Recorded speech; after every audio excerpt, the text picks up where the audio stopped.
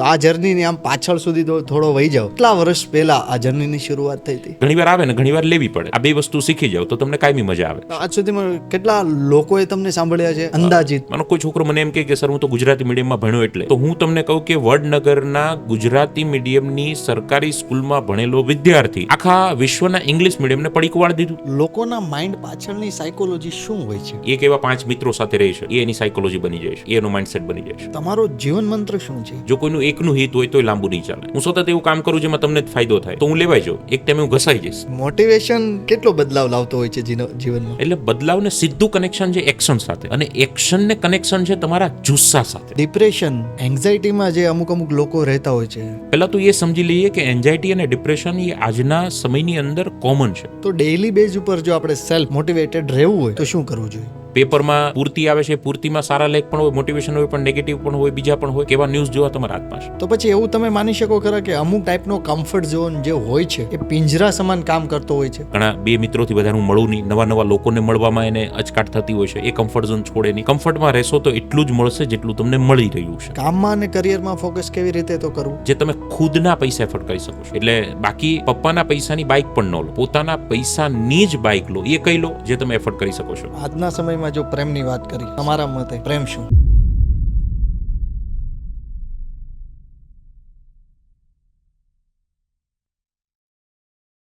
Hello મિત્રો, voice of yours present. આ છે ટોક વિથ પ્રદીપ. આપણી વાતો આપણી ભાષામાં. મિત્રો, આ પોડકાસ્ટ તમારી અને અમારી માટે ખાસ રહેશે, કારણ કે આ પોડકાસ્ટમાં આપણે વાત કરવા જઈ રહ્યા છીએ મોટિવેશનની. માણસને ઘણીવાર મોટિવેશનની જરૂર પડતી હોય છે. ક્યારેક એવું થતું હોય છે કે કોઈ નાની અમથી વાતને આપણે અવળી મોટી બનાવી દેતા હોય છે, જેને આપણે પ્રોબ્લેમ ગણતા હોય છે. અને આપણે ઝૂમ કરીને જો કદાચ એને જોઈએ ને તો એ કદાચ પ્રોબ્લેમ નથી હોતી.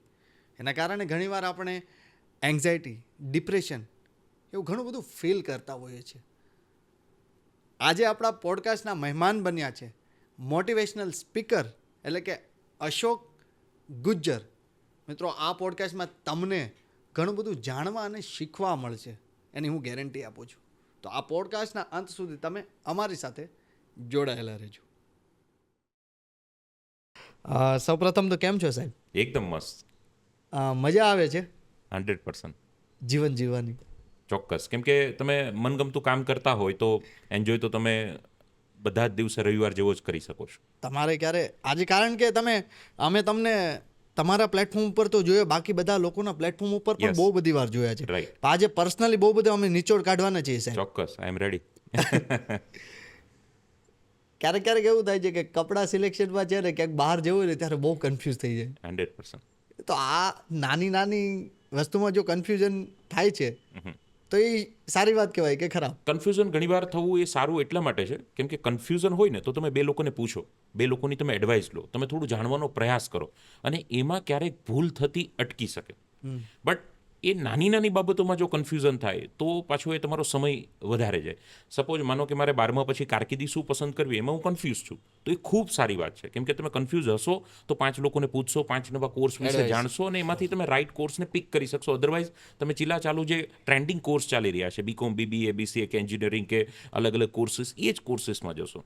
બટ હવે માનો કે મારે 2 રૂપિયાની પેન લેવી છે, હું કન્ફ્યુઝ છું, 2 રૂપિયાની લઉં, 5 રૂપિયાની લઉં, 10 રૂપિયાની લઉં, તો એ કન્ફ્યુઝન તમને લાઈફમાં સ્લો કરશે, તમને ધીમા પાડશે, અને આગળ જતાં તમારો ઘણો બધો સમય લઈ જશે. તો ઘણીવાર કન્ફ્યુઝન હોવું સારું છે, અને ઘણીવાર કન્ફ્યુઝન હોવું તમારો વેસ્ટ ઓફ ટાઈમ પણ સાબિત થતો હોય છે. ગાડીમાં પંચર પડી જાય છે તોય કિસ્મતને દોષ દે છે, શું કેવું છે? કિસ્મત, નસીબ, લક. હું હંમેશા એવું કહું છું કે 2 અક્ષર કા હોતા है लक, 2 अक्षर का होता है भाग्य, 3 अक्षर की होती है नसीब, और 3.5 अक्षर की होती है किस्मत, पर ये सब कुछ 4 अक्षर की मेहनत से कम है. ટાયરમાં પંચર પડે છે, ફોકસ તમારું પંચરમાં છે કે તમે શું થિંકિંગ કરો છો એના ઉપર છે. તમે 2 વસ્તુ કહી શકો કે યાર પંચર પડ્યું તો સારું થયું, આગળ કંઈક એવી દુર્ઘટના ઘટવાની હતી એનાથી હું બચી ગયો. Positive thinking. એ વિચારો તો તમને મજા આવશે, એ જ પંચરમાં તમને એન્જોયમેન્ટ થશે. અને તમે યાર ક્યાં પંચર પડ્યું, જો મારે જવાનું તો લેટ થઈ ગયું, તો એ જ પંચર તમને દુઃખ આપશે. તો પંચર ના તો તમને સુખ આપે છે, ના તો તમને દુઃખ આપે છે. પંચર પડવાની સાથે તમારા બ્રેઇનમાંથી કયો થિંકિંગ રિલીઝ થાય છે એ તમારી હેપીનેસ અને સેડનેસનું રીઝન બને છે. તો આ જર્નીની આમ પાછળ સુધી થોડો વહી જાઓ યસ તો કેટલા વર્ષ પહેલા આ જર્નીની શરૂઆત થઈ હતી? ઇન ધ યર 2013 2013 ફેબ્રુઆરી મહિનામાં મેં મારો પહેલો પ્રોગ્રામ લીધો અને લગભગ આપણે જોવા જઈએ તો અત્યારે 12 વર્ષ પ્લસ તમારો જન્મ લગભગ સુરતમાં કે નહીં? સુરતમાં જ મારો જન્મ થયો છે. 1993નું મોડલ છું. 1993માં મારો જન્મ થયો એટલે 32 વર્ષ કમ્પ્લીટ થયા છે. ઓ વાહ ભાઈ વાહ, મજા આવે છે ને? 100%. એટલે મજા ઘણીવાર આવે ને ઘણીવાર લેવી પડે. આ બે વસ્તુ શીખી જાવ તો તમને કાયમી મજા આવે. એવું તમે માનો છો ખરા કે હું ઘણીવાર એવું કહેતો પણ હોઉં છું. જી યસ, કે મજો ચીજ વો હે જો આતી નહીં હે, લેણો પડતો હે. એટલે મજો જો લેતા આવડી જાય એની પાછળ એક એવી કહાની છે જો હું શેર કરું તો પ્લીઝ. ગ્વાલિયર મારો એક પ્રોગ્રામ હતો અને ત્યારે તો શું હતું કે બાય ટ્રેન જ મેજોરિટી આપણે ટ્રાવેલિંગ કરતા, બાય કાર હજી કાર હોય નહીં અને ફાઇનાન્શિયલ સ્ટ્રગલ થોડી ઘણી હોય તો બાય કાર હું ગયો અને સવારે લગભગ 5 વાગે હું રેલવે સ્ટેશન પર ઉતર્યો અને ઠંડીનો ટાઈમ હતો, જાન્યુઆરી મહિનો, કડકડતી ઠંડી અને ગ્વાલિયર એ બાજુ તો થોડું વધારે એમપી અને ઠંડી વધારે હોય. એટલે જસ્ટ સ્ટેશન પર ઉતર્યો એટલે ઓલો 10-12 વર્ષના છોકરાઓ હોય ને ચા વેચતા હોય સ્ટેશન પર, નાના ટેણિયાઓ, એટલે ચાય એટલે મેં કીધું ઓય છોટું ઈધર આ. મને એમ થયું કે એક કપ ચા પીએ ને તો થોડી ઠંડી ઓછી લાગે. એટલે મેં છોટું કીધું છોટું એક કપ ચાય. બોલે સર 10 रुपये. मैंने बोला ले 10 रुपये. उसने बोला ले चाय. मैंने ચાની એક ચુસ્કી મારી. એટલે લિટરલી તમને લાગે કે આ ગરમ પાણી છે અને એ તો છોટું ચા પીને આગળ નીકળી ગયો. અને હવે સવારમાં 5 વાગે ગ્વાલિયર સ્ટેશને કોઈ ગુજરાતીના 10 રૂપિયા મારી જાય એટલે આ તો ગરમ પાણી પકડાવી જાય એટલે આપણું તો મગજ જાય એમ કે ભાઈ આ શું. એટલે છોટું ઈધર આ. वापस. वो बोला हाँ. वो बोला जी साहब दूसरी दूँ. मैंने बोला दूसरी नहीं, ये पहली वाली चाय है कि पानी है? वो बोला सर ये ग्वालियर की चाय है. अरे मैंने बोला जहाँ की भी हो, दिल्ली की हो, ग्वालियर की हो, चाय में चाय तो होनी चाहिए. ये चाय नहीं है, ये तेरी चाय में मजा नहीं आया. અને સવારે 5 વાગે એ છોટુએ જે મને સેન્ટેન્સ કીધું છે, ચામાં મજા ન આવી પણ જબરજસ્ત એના સેન્ટેન્સમાં મજા આવી. વર્ષો જૂની વાત પણ મારા હાર્ટને ટચ થઈ. એ છોટું એવું કીધું, સરજી મજો આતો નહીં હે, લેણો પડતો હે. એટલે એમણે કીધું મારી ચામાં ભલે મજા ન આવે પણ તમને મજો લેતા નથી આવડતો એમ. બાકી કે મજો આતો નહીં, મજો એણે એની કાલી ગેલી ભાષામાં કીધું, મજો આતો નહીં, મજો લેણો પડતો હોય. ત્યારથી મને આ વાત સમજાઈ ગઈ કે જીવનમાં સફળ થવા માટે મજો આવશે નહીં, લેવો પડશે. તમે વિચારો બચ્ચન સાહેબ એટલા વર્ષોથી કન્સિસ્ટન્સી એવરી સન્ડે એ જો બોમ્બેની અંદર હોય તો લોકોને એ દર્શન આપી રહ્યા છે, બહાર આવી રહ્યા છે એવરી સન્ડે. હવે એમાં કેટલા સન્ડે એવા હશે જ્યાં એની હેલ્થ બરાબર નહીં રહી હોય, તમે એ નહીં જાણતા હોય, પણ ક્યારેક એની હેલ્થ બગડી હોય, આવું બની શકે. છતાં પણ એ આવી રહ્યા છે. એટલી સ્ટ્રગલ કરીને અહીંયા પહોંચ્યા પછી પણ આજે લગભગ તમારા મારા કરતાં વધારે કલાકોનું કામ બચ્ચન સાહેબ કરી રહ્યા છે. તો મને ઘણીવાર એમ થાય એને થોડી મજા આવતી હશે પણ મજા લઈ રહ્યા છે. સફળતાની આ ડેફિનેશન છે, મજો આતો નહીં હે, લેણો પડતો હોય. જો તમે મજા લેતા થઈ જાઓ તો મજા આવે છે ત્યાં તો મજા જ આવશે, અને નથી આવતી ત્યાં તમને લેતા આવડી ગઈ એટલે તમને મજા આવશે. આવું મારું માનવું છે. કઈ સ્કૂલમાં ભણ્યા હતા તમે? હું ભણ્યો તો 10th સુધી અર્ચના વિદ્યા સંકુલ અહીંયા આપણે સુરતમાં જ છે. પછી 11th-12thમાં ત્યારે એવું હતું કે સુરતમાં 2-3 સ્કૂલ જ હતી. સાયન્સમાં રામકૃષ્ણ હતી, પીપી સવાણી હતી અને એક અહીંયા મિની બજારમાં આપણે હતી પ્રિયદર્શની. તો આ 2 સ્કૂલમાં ન મળે એ બધા પ્રિયદર્શનીમાં જતા હતા. તો પેલું આપણું થોડું આમ હોય નહીં પણ આમ થોડુંક ભાઈ 2 સ્કૂલમાં મળ્યું નહીં તો હું પ્રિયદર્શનીમાં તો ન જ જાઉં એમ. કેમ કે છબી એવી કે ભાઈ 2માં ન મળે તો ત્યાં જાય. એટલે હું કહું એ તો ન ચાલે એમ, ન મળે એટલે હું ત્યાં જાઉં એ ન ચાલે એમ. જો કે આવું નહીં હોવું જોઈએ બટ એ ટાઈમ પર આવી આપણી બુદ્ધિ હતી. તો હું વલ્લભ વિદ્યાનગર અભ્યાસ માટે ગયો 11th-12thમાં. બધા એવું કહેતા કે ભાઈ ભણવા માટે વિદ્યાનગર જવું જોઈએ. તો 11th-12th મેં વલ્લભ વિદ્યાનગર કર્યું. એટલે આ તમારા જ મગજ પ્રમાણે જ હતા કે ઘરેથી આ ટાઈપનું? મારા જ મગજ પ્રમાણે. એટલે આમાં કંઈ બીજું કંઈ હતું નહીં. બધા એમ કે ભણવા માટે લોકો વિદ્યાનગર જતા, પણ એ મારું રોંગ ડિસિઝન હતું. સ્કૂલ કરવા માટે વિદ્યાનગર ન જવાય, કોલેજ કરવા માટે જવાય. એ મને ત્યાં જઈને સમજાયું. એટલે જે સિટીમાં છોકરાઓ કોલેજ કરવા આવે ત્યાં હું સ્કૂલ કરવા જતો રહ્યો. એટલે મને પછી એમ થયું કે યાર ખોટું ડિસિઝન લેવાઈ ગયું. બટ 11th-12th મેં વિદ્યાનગરથી કર્યું અને કોલેજ કરવા માટે નડિયાદમાં મેં પહેલાં એડમિશન લીધું હતું, DDITમાં નડિયાદમાં, કેમિકલ એન્જિનિયરિંગમાં. કંઈ ખબર તો આપણને પડતી નહીં ત્યારે, તો જ્યાં મળ્યું ત્યાં લઈ લીધું. 12thમાં વળી સારું રિઝલ્ટ, પેપર ઇઝી હતા તો સારું રિઝલ્ટ આવી ગયું. તો DDITની એક સિસ્ટમ છે જે મિત્રો સાંભળે ને એને પણ આઈડિયાસ હતો. પહેલા વર્ષની અંદર કોમન લેક્ચરો હોય તો ત્યાં જેટલું ચાલે ને એટલું ઘરે પાછું લખીને આવવાનું. એટલે મેં કીધું કે આવું તો અમે 12માં બી નહીં કરતા હતા, 10માં બી નહીં કરતા કે જેટલું ચાલે એટલું લખીને આવવાનું. તો હું કહું આ તો ટોર્ચરિંગ જેવું છે. હાલાકી આ બધું અત્યારે મને સમજાય છે કે એવું નહીં હતું, બટ એ સમયની બુદ્ધિ તો હવે અત્યારે એટલી કામ કરે ત્યારે કેટલી કરતી હોય. તો મને થયું કે આ જેલમાં આપણને નહીં ફાવે. તો લાસ્ટ જેલમાં. હા કેમ કે જેલ લિટરલ સવાર જવાનું એક લેક્ચર તમે બંક ન કરી શકો. આપણે ભણતા હોય ત્યારે કોલેજ વિશે કેવું સાંભળ્યું ભાઈ બહાર ભણી લો પછી તો તમને કોલેજમાં મજા મજા મજા છે, લીલા લેરકડા છે. તો ન લીલું દેખાય ન લેરકડા દેખાય તો આ તો ફસાઈ ગયા DDITમાં. તો કોલેજનું રીસપ્લિંગનો લાસ્ટ રાઉન્ડ હતો. રીસપ્લિંગ થતાં થતાં લાસ્ટ રાઉન્ડ આવે. હું કહું જ્યાં મળે ત્યાં પણ DDIT છોડો. તો ઈશ્વર સંજોગ કંઈ નિમિત્ત બનવાનું હશે અને અમદાવાદ LDમાં સિવિલમાં એક જ સીટ ખાલી હતી OBCમાં અને એ સીટ વળી મને મળી ગઈ. એટલે પછી હું અમદાવાદ LD એન્જિનિયરિંગ કોલેજમાંથી મેં સિવિલ એન્જિનિયરિંગ કર્યું છે અને હું પંચવર્ષીય યોજનામાં હતો. સરકારની એક યોજના છે પંચવર્ષીય યોજના, એટલે કે જે લોકો એન્જિનિયરિંગ 4 વર્ષની જગ્યાએ 5 વર્ષ કરે એને હું પંચવર્ષીય યોજના કહું છું. એટલે સમહાવ મારું એન્જિનિયરિંગ 4 વર્ષની જગ્યા પર 5 વર્ષ થયું કેમ કે 2013માં હું 1 વર્ષ ફેલ થયો હતો. એટલે 4 વર્ષની જગ્યા પર મારું એન્જિનિયરિંગ 5 વર્ષ થયું. જે 2014માં પૂરું થવું જોઈએ એ મારું પૂરું થયું 2015માં. યોજનાનો તમે બહોળો લાભ લીધો. બહોળો લાભ. અને હું આમ માનું કે સિવિલ એન્જિનિયરમાં હું હતો તો પાયો એને મજબૂત રાખવો જોઈએ. એટલે હું 5 વર્ષ કરીએ તો વધુ મજબૂત થાય. લોકો જોડે એક તમે બહુ આસાનીથી જોડાઈ જાઓ છો. યસ. તો આના મૂળભૂત ગુણ કયા અને ક્યારે આ બધા ગુણ તમારી અંદર આવ્યા? હું મેઇનલી એમાં એવું માનું છું કે તમે રેડિયોમાં 91.1 ફ્રીક્વન્સી શેર કરો ને તો 91.1 જ વાગે. 94.3 સેટ કરો ને તો 94.3 જ વાગે. રેડિયો એનો જ છે, વેધર એનું જ છે. એટલે હું એવું માનું છું કે તમારી અંદર તમે જે ફ્રીક્વન્સી સેટ કરો ને એ ફ્રીક્વન્સી વાગવા લાગે. એટલે મારી અંદર હું એવો ઓલવેઝ ટ્રાય કરું કે બધી જગ્યા પર આપણે ઇઝીલી કનેક્ટ થઈ શકીએ અને એ જ રીતે સરળતાથી રહીએ એવી ફ્રીક્વન્સી સેટ કરવાનો પ્રયાસ કરું તો એ જ ગીત વાગવા લાગે. એટલે થઈ જાય છે. ફ્રીક્વન્સીની વાત છે. તમે કઈ ફ્રીક્વન્સી સેટ કરીને ચાલો છો. ઘણા લોકો આ ફ્રીક્વન્સી સેટ કરીને ચાલે તેને એ ગીત વાગે. આ તો એ અને ઘણા રેડિયો છે કોઈ ફ્રીક્વન્સી જ નથી તે વાગતા જ નથી. હા. એટલે ફ્રીક્વન્સી સેટ કરવું પડે તમારે, બસ એવું છે. આજ સુધીની જો આપણે વાત કરીએ, ઘણી બધી આજ તમારી મસ્તી પણ કરવી છે. યસ. આજ તમને ખંખેરવાના છે. ના ચોક્કસ હું તૈયાર છું. એ કયા કયા ગુરુનો તમારે આજે આભાર માનવો છે? હું એવું માનું છું કે એક ગુરુ તો આપણે લાઈફમાં હોય છે. આપણે કુળગુરુ હોય, પારિવારિક જે આપણી એક સ્પિરિચ્યુઅલ એક સફર છે, સ્ટેપ જે છે. બટ તમામ એ ગુરુજનો છે જ્યાંથી તમને શીખવા મળે છે. હું ઘણા મિત્રો છે જેમની પાસેથી પબ્લિક સ્પીકિંગ શીખ્યો છું. ઘણી એવી સંસ્થા છે જે સંસ્થામાંથી હું ઘણું બધું શીખ્યો છું સ્ટેપ બાય સ્ટેપ. અને ઓલવેઝ આપણી એક માન્યતા છે કે ગુરુ હંમેશા આપણા કરતાં ઉંમરમાં અને કદમાં મોટો હોય, પણ એવું ઘણીવાર નથી હોતું. તમે કોઈ 10 વર્ષના છોકરા પાસેથી પણ શીખી જાઓ છો તો એ શીખવા માટે તો એ જ ક્યાંક ગુરુ નિમિત્ત બન્યા છે. શીખવાનો એંગલ ઓપન રાખો તો તમને સતત શીખતા રહેતા હોય છે. પણ હું પબ્લિક સ્પીકિંગ શીખ્યો એમાં એક શેતલભાઈ ગુંસાઈ કરીને છે. JCI સંસ્થાનું ખૂબ મોટું યોગદાન છે. મારી JCI કરીને એક NGO છે જે યુથ માટે કામ કરી રહ્યું છે અને કોમ્યુનિકેશન સ્કિલ, પબ્લિક સ્પીકિંગ આ બધી સ્કિલો ડેવલપ કરી રહ્યું છે. તો JCI સંસ્થામાંથી હું ઘણું બધું શીખ્યો અને એમાં શેતલભાઈ ગુંસાઈ છે, ચિરાગભાઈ દેસાઈ છે, આ બધા ઘણા બધા મિત્રો. અને સાથે પછી તમારી જેવા સફરમાં ઘણા બધા મિત્રો જોડાતા જાય જેમાંથી સતત આપણે શીખતા રહીએ. તો એક શીખવાનો એક એંગલ રાખીએ તો ઘણું બધું શીખી શકાય.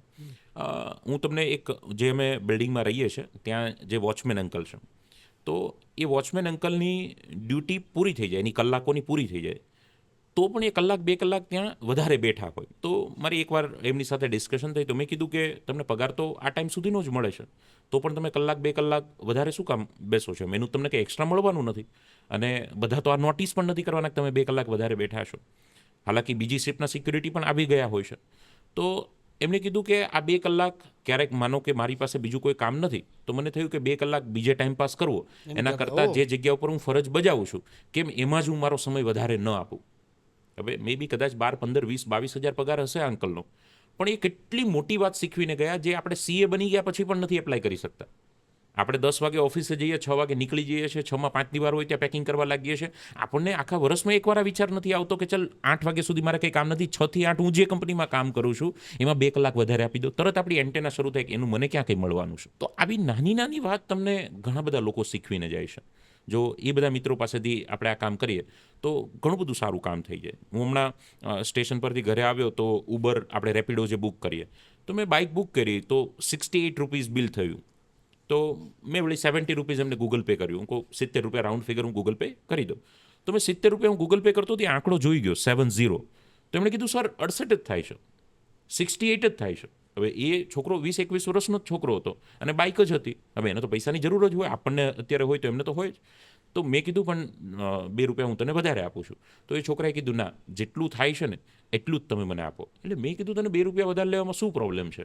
તો મને કીધું પછી મારી આશા બંધાઈ જશે કે બધા લોકો મને ₹2 વધારે આપશે ને બધા નહીં આપી શકે તો મને દુઃખ થશે. એના કરતાં જેટલું થાય છે એટલું જ આપો ને, એ તો મને બધા આપવાના છે. તો કેટલી મોટી વાત એક તમને એ રેપિડોમાંથી બાઇક ચલાવીને ક્યાંક મહેનત કરતો એ યુવાન શીખવી રહ્યો છે. તો એ ગુરુથી કોઈ કમ શિક્ષા નથી કે તમને જેટલું એક્સપેક્ટ તમે કરો છો એ બધે નહીં મળે. તમે જેટલું ડિઝર્વ કરો છો એ તમને કદાચ મળી શકે. તો ડિઝર્વનેસ અને એક્સેપ્ટન્સનેસ એ વચ્ચેનો જે ડિફરન્સ છે એ છોકરો શીખવાડીને ગયો. એક્સ્ટ્રા આપવાનું કામ એ વોચમેન અંકલ શીખવાડીને ગયા.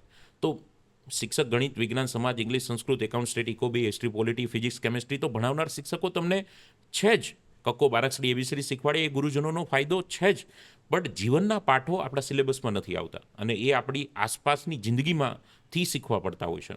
તો એ બધા પણ હું કહું છું કે ક્યાંક ગુરુનો જ રોલ નિભાવી રહ્યા છે. તો પહેલા એવા કોઈક એક તો પર્સન હશે ને, એક કોઈ એવા વ્યક્તિ યસ. કે જેને જોઈને તમને લાગ્યો છે કે નહીં ઓકે. અમારે એક સર હતા હરેશભાઈ ડોબરિયા કરીને, એ વિજ્ઞાન ભણાવતા, ક્યારેક ક્યારેક એ ગણિત પણ ભણાવતા. તો એ ઓલવેઝ એની જે સ્ટાઇલ હતી એને 2 થી 3 વાર મને એવું કીધેલું કે તારો અવાજ છે ને ખૂબ સારો છે, તું ખૂબ સારું કામ કરી શકે એમ છે. એટલે એમણે એ નહીં કીધેલું કે તું ટ્રેનર બનીશ, પબ્લિક સ્પીકિંગમાં આગળ વધીશ, પણ એ કીધું તારો અવાજ ખૂબ સારો છે, એ અવાજના કારણે તું ખૂબ આગળ વધી શકીશ. હાલાકી એ મારતા બી એટલું, ક્યારેક બહાર બી એટલું કાઢતા, પણ એમણે છે ને આ એક વસ્તુ મારા મગજમાં નાખી તો ત્યાંથી મને ક્લિક થયું. એક ટ્રસ્ટ, એક ઓથેન્ટિસિટી એક બિલ્ડ થઈ કે નહીં ચલો આપણે કંઈક કરી શકીએ એમ છે. અને પછી એ જ્યારે પણ દિશાઓ મળતી ગઈ અને કામ થતું ગયું તો મને એ વાત કનેક્ટ થઈ કે ના, અવાજના દમના કારણે, બેઝ જાડો થોડો અવાજ છે એના કારણે આપણા શબ્દો લોકો સુધી બહુ સરળતાથી ઇઝીલી પહોંચી શકે છે. તો ઘણીવાર આવા જે શિક્ષક મિત્રો છે આપણી અંદર વિશ્વાસ જગાડવામાં ખૂબ મોટું કામ કરતા હોય છે. હાલાકી બધા જ શિક્ષક મિત્રો કરતા હોય છે, પણ કોઈના શબ્દો આપણને ટચ થઈ જાય, કોઈના નહીં થતા હોય. બધા જ શિક્ષકો તો શીખવતા જ હોય છે કે ભાઈ તમે અત્યારે ભણી લો, અત્યારે કંઈ કરો, તમે બધામાં પોટેન્શિયલ છે, તમારા બધામાં શક્તિ છે. પણ પર્સનલ કીધેલી વાતો ઘણીવાર વિદ્યાર્થીને ખૂબ આગળ લઈ જતી હોય છે, જે મારી લાઈફમાં પણ સ્કૂલ ટાઈમમાં પણ બન્યું છે. તો આમ હું તમને હોશિયાર સ્ટુડન્ટ કહી શકું, એવરેજ ગણી શકું, યા થોડો ઠોઠ ગણી શકું એ સમયમાં? મારે લાઈફમાં ક્યારેય 70 નીચે ટકા નથી આવ્યા અને 85 ઉપર ટકા નથી આવ્યા. એટલે 70 થી 85ની રેન્જનો હું વિદ્યાર્થી રહ્યો છું. અને કોલેજ ટાઈમમાં જેમ મેં તમને કીધું એમ 2013માં ફેલ થયા પછી પેલું ઓલું આતામાજી સટકલી એમ ઓલું લાઈફમાં આપણે ક્યારે ફેલ ન થયા અને ફેલ થાય એટલે ઈગો હર્ટ થાય ને કે ઓહ આપણે ફેલ થયા. તો હું પણ કંઈક છું, હું ફેલ થયો એવો વિદ્યાર્થી નથી. એ બતાવવા માટે 3rd યર ને 4th યર જે ડિટેન થયા પછીનું જે શરૂ થયું એમાં મેં ડિસ્ટિંક્શન સુધીની પણ સફર સર કરી છે, ગોખીને. મને સિવિલ એન્જિનિયરિંગ હજી નથી સમજાતું બની ગયા પછી. અને સારું છે કે હું બીજી ફિલ્ડમાં છું, કેમ કે મારા જેવા સિવિલ એન્જિનિયર જ બ્રિજ બનાવે ને પછી આપણે પેપરમાં વાંચીએ કે એક સ્પામ નીચે પડ્યો ને 10 લોકોના મોત થયા, 12 લોકોના મોત થયા. એ મારા જેવા જ હોય, ન બનવાના હોય ને બની ગયા હોય.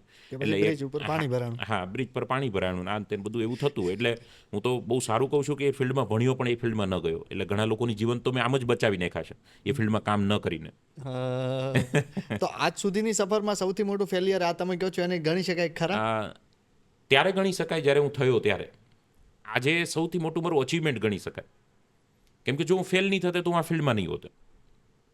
એટલે 2013માં જ્યારે ફેલ થયું તો ઓબ્વિયસ છે, બધાને હોય. જ્યારે આપણે ફેલ થઈએ ત્યારે આપણને ખોટું લાગે, ખરાબ લાગે કે યાર આ શું થઈ ગયું. અને સૌથી મોટી તકલીફ શું પડે, આપણે જે મિત્રોની સાથે ગપ્પાગુપ્પી ટાઈમપાસ કરતા હોય, મૂવી જોતા હોય, બંક કરતા હોય, રૂમમાં રહેતા હોય, જે આપણા ક્લાસમેટ હોય. હવે ફેલ થયા એટલે પેલા મિત્રો 3rd યરમાં જતા રહેશે, એનું 3rd યર કમ્પ્લીટ થશે. આપણે 3rd યરમાં ડિટેન થઈએ એટલે એનું 3rd યર કન્ટિન્યુઅસ થશે. અને આપણે જ્યારે 3rd યરમાં આવશું ત્યારે 4th યરમાં જશે.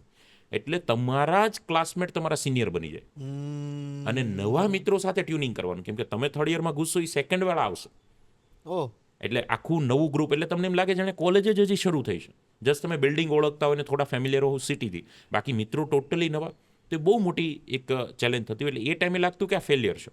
બટ આજે જો હું બેકગ્રાઉન્ડમાં જઈને જોઉં 12 વર્ષ પહેલાંની એ સમયની મારી ફેલિયરને, તો એ મારું અત્યારનું સૌથી મોટું અચીવમેન્ટ છે. અધરવાઇઝ હું 12, 15, 20, 25 હજારની સિવિલ એન્જિનિયરિંગમાં જોબ કરતો હોત. તો આપણે એવું ગણી શકાય ખરા કે લાઈફમાં જ્યારે મોટું ફેલિયર આવતું હોય છે, યા નાનું કોઈ આવતું હોય, 100%. એને આપણે આપણા લાઈફનો ઇન્ટરવલ ગણી શકીએ ખરા? 100%. બે વસ્તુ હોય છે. એ ફેલિયર તમને બ્રેક મારવા માટે પણ હોય છે. ઘણીવાર તમે એવા રોંગ ડિરેક્શનમાં આગળ વધતા હો તો એ ફેલિયર તમને એલર્ટ કરાવે કે ભાઈ તું હવે બહુ એમાં આગળ ન વધીશ, નહીંતર આથી બહુ મોટી ફેલિયરનો સામનો તારે કરવો પડશે તો જસ્ટ બ્રેક માટે આપણે ને સડનલી ટ્રાફિક હોય ને કોઈ આગળવાળો બ્રેક મારે ને આપણે તરત જ બ્રેક મારી દઈએ તો આપણને અંદરથી અહેસાસ થાય કે ભાઈ સારું થયું સ્પીડ ઓછી હતી નહીંતર મોરે મોરો થઈ જતે રાઈટ ટોટલ જાગૃત. હા ટોટલ એ એલર્ટનેસ માટે એટલે ક્યાંક ઉપરવાળો ફેલ્યુર આપે છે નંબર 1 અને નંબર 2 ક્યારેક એ ફેલ્યુર આપવાનું રીઝન એ પણ હોય છે કે ભાઈ મેં તને જે માટે મોકલો છે ને એ દિશામાં તું આગળ નથી જતો તને હું થોડો બ્રેક આપું છું એ આઈડેન્ટિફાઈ કરવાનો એ હોમવર્ક કરવાનો કે મેં તને શેના માટે મોકલ્યો છે તો એ ફેલિયર એ 2 મેજર કારણોને કારણે આવે છે તો અલ્ટિમેટ જોવા જાવ તો ફેલિયર એ લોકોને વધુ મળતી હોય છે જે ઈશ્વરની ખૂબ નજીકના અથવા તો ઈશ્વરના ખૂબ પ્રિય હોય છે કેમ કે એનું કામ એ કરાવવા માંગતા હોય છે યા તો એ તમને બચાવવા માંગતા હોય છે તો ફેલિયર મળે તો માનવું કે તમે ઈશ્વરની ખૂબ નજીકના છો અને ફેલિયર થતા જ નથી અને સફળતા જ મળે તો તમે ઓબ્વિયસ છે કે એની ગુડ ડાયરીમાંના જ એક છો. તમે એવું માનો છો ખરા કે અત્યારે સૌથી વધુ મોટિવેશનનું લોકોને જરૂર છે? યસ. આપણા મધર ફાધરને તો એવી કંઈ જરૂર જ નથી પડી. ત્યારે એટલા બધા ડિસ્ટ્રેક્શન બી નહીં હતા અને એટલા બધા ડીમોટિવેટ થવાના ઓપ્શન બી નહીં હતા અને કમ્પેરિઝન બી નહીં હતી એટલા માટે એમને મોટિવેશનની જરૂર બી નહીં હતી. એક ગામની અંદર રહેતા હતા આખું ગામ સાંજે 8 વાગે સૂઈ જાય 8 વાગ્યા પછી ગામમાં તમને કોઈ મળે નહીં ગામમાં માંડ 2 થી 3 ટીવી હોય એમાં રામાયણ મહાભારત સિવાય કશું આવતું ન હોય મોબાઈલના ડબલા તો આખા ગામમાં એક હતું ત્યારે તમે એ પણ કોઈન નાખીને વચ્ચે વાત થતી હતી અથવા 3 રૂપિયા કોલ કરે ને 3 રૂપિયા લાગે ઉપાડે ને 1.5 રૂપિયો લાગે આ બધી સિસ્ટમો હતી. બહારની દુનિયા કોઈ જોઈ નથી. પહેલાંના સમયની અંદર એના ગામથી 15 કિલોમીટર કોઈ મંદિર કે કોઈ સારી જગ્યા છે તો ત્યાં એને ગયા હોય ને 10 વર્ષ થઈ ગયા હોય ઘર ખેતર અને પોતાની જવાબદારી છોડીને ક્યારે કંઈ ગયા ને એટલે બહારની દુનિયા જોઈ જ નથી તો ડીમોટિવેટ થવાનો પ્રશ્ન જ નથી. તમારી આજુબાજુ તમારી જે વાત છે એટલે કોઈ એવો કમ્પેરિઝનનો પણ મુદ્દો નથી. ગામમાં એક જ વ્યક્તિને ટ્રેક્ટર હોય એ પણ પહેલેથી સુખી સમૃદ્ધ ચાલતા હોય સરપંચ હોય આ છે તે છે એટલે એક પહેલેથી માન્યતા હોય ભાઈ એને તો પહેલેથી છે અને બાકી આપણી જેવા જ હોય તો કોઈ હર્ટનેસ નથી કોઈ દુઃખી નથી કોઈ કમ્પેરિઝન નથી. જ્યારે આજના સમયમાં શું છે તમારી ઉપર અને તમારી નીચે રહેતો વ્યક્તિ ઉપરવાળો ઓડી લાવે છે નીચેવાળો મર્સિડીઝ લાવે છે અને મારી પાસે સ્પ્લેન્ડર છે. કમ્પેરિઝન થઈ ગઈ. હું સોશિયલ મીડિયા ખોલું તમારી લાઈફ પહેલાંની લાઈફ પહેલીની લાઈફ આ તે બધાની લાઈફ મને દેખાય છે 6 ઇંચની સ્ક્રીન 1.5 GB મુકેશભાઈના આશીર્વાદથી હું ભલે સુરતમાં હોય પણ આખું વિશ્વ હું કલાકમાં ફરી લઉં છું. દુબઈના સમાચાર યુકેના સમાચાર આના સમાચાર પેલાના સમાચાર પેલો મિત્ર મારો યુકે ગયો એણે કારની સાથે ફોટો મૂક્યો પછી ભલે એ ત્યાં વોચમેનનું કામ કરતો હોય કે બર્ગર વેચવાનું કામ કરતો હોય પણ 2 સારા ફિલ્ટર મારીને ફોટો મૂકી દીધા તો હર્ટનેસ મારી થઈ ગઈ છે. રિઝલ્ટમાં મારા 2% ઓછા આવ્યા પહેલાંના 2% વધારે આવ્યા અને સ્કોલરશિપ મળી મને ન મળી કમ્પેરિઝન થઈ ગઈ છે. પહેલાંના સમયમાં તમારા પેરેન્ટ્સના પેરેન્ટ્સ અને મારા પેરેન્ટ્સના પેરેન્ટ્સ એટલે આપણા દાદા દાદી આપણા પેરેન્ટ્સની કમ્પેરિઝન બીજા કોઈ સાથે ન કરતા કે પેલો અમિત જો કેટલું સરસ કામ કરે છે તારે તો કંઈ શીખવું જ નથી. જ્યારે આજના પેરેન્ટ્સ એના બચ્ચાની કમ્પેરિઝન કરે છે કે રસીલા આંટીનો છોકરો અર્જુન એ 92% લાવ્યો તું કેમ ન લાવ્યો તો જ્યાં કમ્પેરિઝન થાય છે ને ત્યાં વ્યક્તિ ડીમોટિવેટ થાય છે. જ્યાં બહારની દુનિયા વધારે જુએ છે ને ત્યાં વ્યક્તિ પોતાની કે ભાઈ હું તો કશું નથી કરી શકતો આવી એક અંદરથી વિચાર જન્મે છે ને એટલે વ્યક્તિ ડીમોટિવેટ થાય અને જ્યાં ડીમોટિવેશન આવે ત્યાં મોટિવેશનનો સ્કોપ વધે અથવા તો મોટિવેશન એને સેલ્ફ લેવું પડે યા બીજા પાસેથી લેવું પડે એટલે ડે બાય ડે અને આવનારા સમયમાં તો વધશે. મને તો એવું લાગે છે કે જેમ અત્યારે ફેમિલી ડોક્ટર છે એવી રીતે વિદેશની અંદર અત્યારે ફેમિલી કાઉન્સેલર થઈ ગયા છે અને જે વિદેશમાં બને છે 10 વર્ષમાં ભારતમાં બને જ છે. તો પહેલાં આપણે એવું સાંભળતા કે વિદેશમાં તો બધાના ફેમિલી ડૉક્ટર હોય જ્યારે આપણા ફેમિલી ડૉક્ટર નહીં હતા આપણે કોમન ડૉક્ટરો હતા એવી રીતે તો અત્યારે ફેમિલી ડૉક્ટરનું કલ્ચર આપણામાં આવી ગયું છે. આપણે પહેલો કોલ તો ફેમિલી ડૉક્ટરને જ કરીએ પછી એમના એક્સપર્ટ મુજબ એ કોઈ MDMSને સજેસ્ટ કરે છે તો આપણે ત્યાં જઈએ છીએ. એમ ત્યાં અત્યારે પર્સનલ ફેમિલી પર્સનલ કાઉન્સેલર છે. આવનારો સમય અહીંયા એ જ આવશે કે મોટિવેશન અને કાઉન્સેલિંગ માટે અથવા તો કન્ફ્યુઝનને ક્લિયર કરવા માટે એક ફેમિલીના એપોઇન્ટ કરેલા લોકો હશે જેનું કન્સલ્ટ લેશે અને જેને કહેશે કે ભાઈ મને અત્યારે આવા વિચાર આવે છે ડિપ્રેશનના સુસાઇડ કરવાના તો હું શું કરું. આવી સફર ધીમે ધીમે શરૂ થશે ને એનો સ્કોપ વધશે ને એનાથી ખૂબ મોટો બેનિફિટ થશે કેમ કે આ સમયની અંદર જીવવા માટે એક સપોર્ટની જરૂર છે અને એ સપોર્ટ આવા વિડીયો તમારા જેવા મિત્રોના આ ઇનિશિયેટિવ અલગ અલગ ઘણા બધા મોટિવેશનના વિડીયો એ ઘણું બધું હેલ્પ કરી શકે છે. આજ સુધીમાં કદાચ એપ્રોક્સલી કેટલા કાર્યક્રમ કર્યા છે તમે? લગભગ મેં 5000+ સેમિનારો એવા કર્યા છે જેની હું એક્સેલ પણ કોઈએ શેર કરવી હોય જોવી હોય તો હું શેર કરી શકું જેની ડેટ તારીખ ટાઈમ અને 5000+ કેમ કે ઉઠીને મારું આ જ કામ છે શું ત્યાં સુધી હું કોઈ બીજો બિઝનેસ કરતો નથી 12 વર્ષમાં મેં બીજું કામ કર્યું નથી આ જ કામ કરું છું. કોઈ વાર ચાલતું તો કરતો કોઈ વાર નહીં ચાલતું તોય કરતો તો 5000+ સેમિનારો એટલે એવરેજ કદાચ એક પ્રોગ્રામની 2 કલાક ગણીએ કોઈ પ્રોગ્રામ કલાકનો હોય અડધી કલાકનો હોય એમ કોઈ 3 કલાકનો હોય 5 કલાકનો હોય 6 કલાકનો હોય તો એવરેજ 2 કલાક ગણીએ તો મારા 32 વર્ષની લાઈફમાં 10,000 કલાક હું સ્ટેજ પરથી બોલ્યો છું. તો એક બહુ મોટું અચીવમેન્ટ છે. અત્યારે ઘણા બધા મિત્રોનો ખૂબ સારો પ્રેમ સહકાર, 18 કરતાં વધારે કન્ટ્રીમાંથી લોકોનો મને પ્રેમ મળી રહ્યો છે. હું તો 2 જ કન્ટ્રીમાં ગયો છું, પણ 18 કરતાં વધારે country including Kazakhstan, Turkistan, Khalistan, Pakistan, Dubai, Singapore, Malaysia, Canada, લંડનથી લોકો, એટલે ગુજરાતી કોમ્યુનિટી આપણને પ્રેમ આપી રહી છે, સાંભળી રહી છે. Instagram per day 1 million plus લોકો મને સાંભળી રહ્યા છે, એટલે 10 લાખ કરતાં પણ વધારે મિત્રો ઇન્સ્ટાગ્રામ પર સાંભળી રહ્યા છે. હું કોઈ ડાન્સ નથી કરતો, કોઈ કોમેડી નથી કરતો, હું કોઈ ગીત નથી ગાતો, અને છતાં સાંભળી રહ્યા છે. તો યા તો એમને જરૂર હશે એ હું કહેતો હોઈશ, યા મારી વાતમાં કંઈ એવી સચ્ચાઈ હશે જેથી લોકો સાંભળતા હશે. તો ઘણા બધા લોકોની લાઈફમાં નિમિત્ત બનવાનો અવસર ઈશ્વરે આપ્યો છે, એટલે એનો વિશેષ આનંદ થતો છે. આજ સુધીમાં કેટલા લોકોએ તમને સાંભળ્યા છે અંદાજિત? સીઆરઓની અંદર કરોડોમાં લોકોએ સાંભળ્યા છે. તમારી મારી જેવા મિત્રો મલ્ટિપલ ટાઈમ સાંભળતા હોય, પણ એને તો સોશિયલ મીડિયા તો વ્યૂઝ જ કન્સિડર કરે.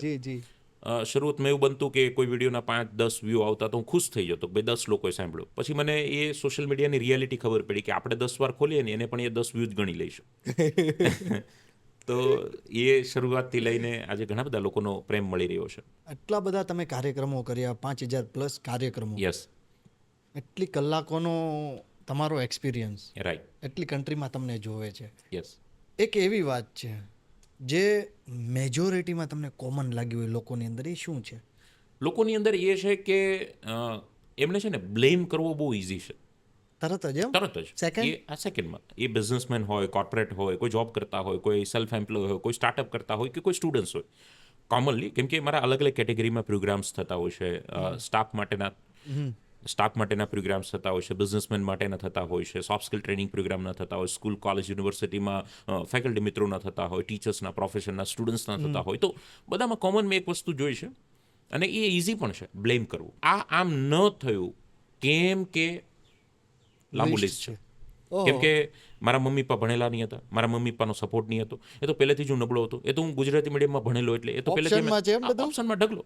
એ તો હું ગરીબ છું, એટલે એ તો હું સુરતમાંથી છું, એટલે એ તો હું મેટ્રો શહેરોમાંથી મુંબઈ, બેંગ્લોર, પુણેથી હું નહીં હતો, એટલે એ તો મને મેં નાના હતો ત્યારે બદામ ઓછી ખાધી ને, એટલે મારી યાદશક્તિ નબળી છે. એટલે એ તો મને ઇંગ્લિશ નથી આવડતું, એટલે એ તો મને છે ને લાંબા જવાબો યાદ નથી રહેતા, એટલે એ તો મારું ટ્યુશન નહીં હતું, એટલે એ તો મારી સ્કૂલમાં બરાબર નહીં હતું, એટલે એ તો મને છે ને આ વખતે પેપર બહુ ટફ હતા, એટલે એ તો મારું સેન્ટર બહુ દૂર હતું, એટલે એ તો હું બીમાર પડી ગયો, એટલે એ તો છે ને મારાથી સવારે ઉઠાતું નથી, એટલે એ તો મારા ઘરે ડિસ્ટર્બન્સ બહુ થાય, એટલે એ તો અમારા ઘરે લગ્ન આવી ગયા, એટલે એ તો ખબર નહીં મારા નસીબમાં નથી, એટલે એ તો મારા કિસ્મતમાં નથી, એટલે એ તો ખબર નહીં મારું ફ્રેન્ડ સર્કલ બરાબર નથી. એટલે બસ આખી દુનિયાનો વાંક કાઢશે કે આવું હતું, આવું હતું, આવું હતું, આવું હતું, આવું હતું, એટલે હું આવો છું. પણ એને હું કહું કે તું આવો છે એટલે આ બધું છે. તો કોમન છે એક્સક્યુઝ આપવા, અને આ ન થયું કેમ કે આવું હતું, બહાનાઓ આપવા, અને પોતાની નિષ્ફળતાને બીજા ઉપર થોપવી. આ એક કોમન જોવા મળતી વસ્તુ છે. મારે નહોતું કરવું એવું કોઈ જ નથી કહેતું. હા, અથવા તો મારી એરર હતી, મારાથી મિસ્ટેક થઈ ગઈ, મારે એવું નહીં કરવું જોઈતું હતું. એટલે સારી વાત કે સફળતા મળે તો મારું નથી. હા, સફળતા મળે તો ઇટ્સ 100% ક્રેડિટ ગોઝ મી, બરાબર, કે ભાઈ મેં કર્યું. અને નિષ્ફળતા મળે તો it's not my failure, it's your failure and lots of reason, કે ભાઈ આવું હતું, આવું હતું, આવું હતું. હાલાકી એક વાતનું રીઝનનો જવાબ આપણે આપી શકીએ. માનો કોઈ છોકરો મને એમ કહે કે સર હું તો ગુજરાતી મીડિયમમાં ભણ્યો, એટલે તો હું તમને કહું કે વડનગરના ગુજરાતી મીડિયમની સરકારી સ્કૂલમાં ભણેલો વિદ્યાર્થી આખા વિશ્વના ઇંગ્લિશ મીડિયમને પડીકું વાળી દીધું, ઇટાલીના ઇંગ્લિશ મીડિયમનું તો પડીકું વાળી દીધું. મોદી સાહેબ ગુજરાતી મીડિયમમાં ભણેલા. હમણાં મારો વડનગર પ્રોગ્રામ હતો, તો એમના ભાઈ સોમાભાઈ સાથે ઘણી બધી ચર્ચાઓ, મુલાકાત ત્યાં થઈ. તો મુદ્દો આ છે કે તમે એક્સક્યુઝ આપો છો, એ જ એક્સક્યુઝમાંથી બહાર નીકળીને આજે કોઈ છોકરો ખૂબ સારો એવો સ્ટાર બન્યો છે. આજે આપણે સુંદર પિચાઈની વાત કરીએ, છોકરા કે આઈઆઈટી દિલ્હીમાંથી જો તમે બહાર નીકળો, ટોપની આઈઆઈટીમાંથી સફળ થઈ શકો. આઈઆઈટી દિલ્હી કે આઈઆઈટી બોમ્બેના બેમાંથી એક પણ આઈઆઈટીના સ્ટુડન્ટ્સ કે આઈઆઈટી મદ્રાસના સ્ટુડન્ટ સુંદર પિચાઈ નથી, ગૂગલના સીઈઓ છે, રાઈટ. તો એમણે જે આઈઆઈટીમાંથી કરેલું છે એ આઈઆઈટી ટોપ આઈઆઈટી નથી. અને મજાની વાત તો એ છે કે એનું આઈટી બેકગ્રાઉન્ડ જ નથી. એમણે એન્જિનિયરિંગ તો કોઈ બીજી ફિલ્ડમાં કર્યું છે, અને અત્યારે કામ એ આઈટી ગૂગલ ફિલ્ડમાં કરી રહ્યા છે. તો બાનાઓ તમે કહો તો હરેક બાનાના શું એક્ઝામ્પલ તમારી સામે છે. તમે એક બહુ મસ્ત શબ્દ હમણાં વચ્ચે બોલ્યા, લર્નિંગ એટીટ્યુડ. યસ, પ્લીઝ આ શબ્દ ઉપર થોડુંક મને કંઈક કહો. લર્નિંગ એટીટ્યુડ એટલે હું તમને એવું કહું કે તમારી પાસે ખાલી પાણીની બોટલ છે, જી, અને બોટલ ઉપર ઢક્કન દીધેલું છે, જી, અને બોટલ ખાલી જ છે, પણ એના ઉપર હું પાણી નાખીશ તો એ બોટલની અંદર પાણી નહીં જાય. પણ જો તમે ખાલી ઢક્કન ખોલી નાખો તો પાણી એ બોટલમાં જશે અને બોટલ પાણીથી ભરાઈ જશે. જી. બસ આ લર્નિંગ એટીટ્યુડ છે ને એ પણ કંઈક આવું જ છે. આપણું મગજ એ પાણીની બોટલ છે, પણ એની ઉપર છે ને બહુ મોટું વિશાળ ઢાંકણું આપણે ફિટ કરી દીધું છે, જે ઇનબોલ્ડ નહીં હતું. ઈશ્વરે નથી આપેલું, ઈશ્વરે આપણને બોટલ જ આપી કે જા જઈને પાણી ભર, તારે જેવું ભરાય એવું, ચોખ્ખું, સુંદર દેખાતું અથવા તો ગંદુ પાણી જેવું ભરવું એવું ભર, ટાંકી તારી છે, બોટલ તારી છે. પણ આપણે બધાએ છે ને પોતપોતાના માપનું ઢક્કન ફિટ કરી દીધું ને અમુકે તો ઢક્કન ફિટ કરીને વેલ્ડિંગે કરી નાખ્યું છે. જેમ આપણે પેલી ફેક્વિક લગાવી દઈએ ને એમ ઢક્કન ફિટ કરીને વેલ્ડિંગ લગાવી દીધું છે. એટલે એમાં તો પાણી જવાની શક્યતા જ નથી.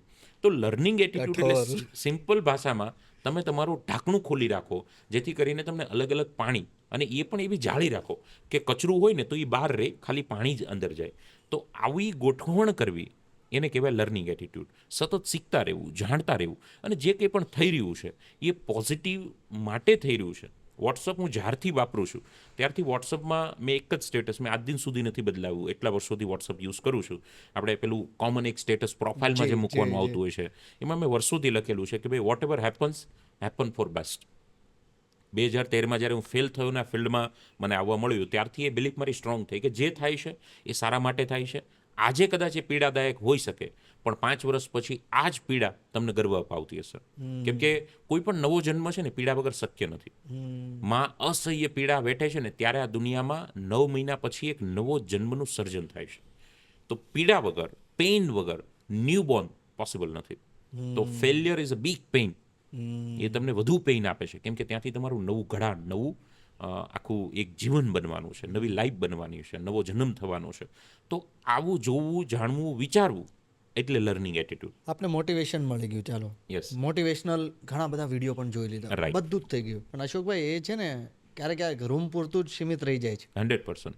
અને ઘણીવાર તો રૂમ પૂરતું બી નહીં, જ્યાં બેઠા હોય ઊભા થઈએ તો એની સાથે જે મોટિવેશન નીકળી જતું હોય છે.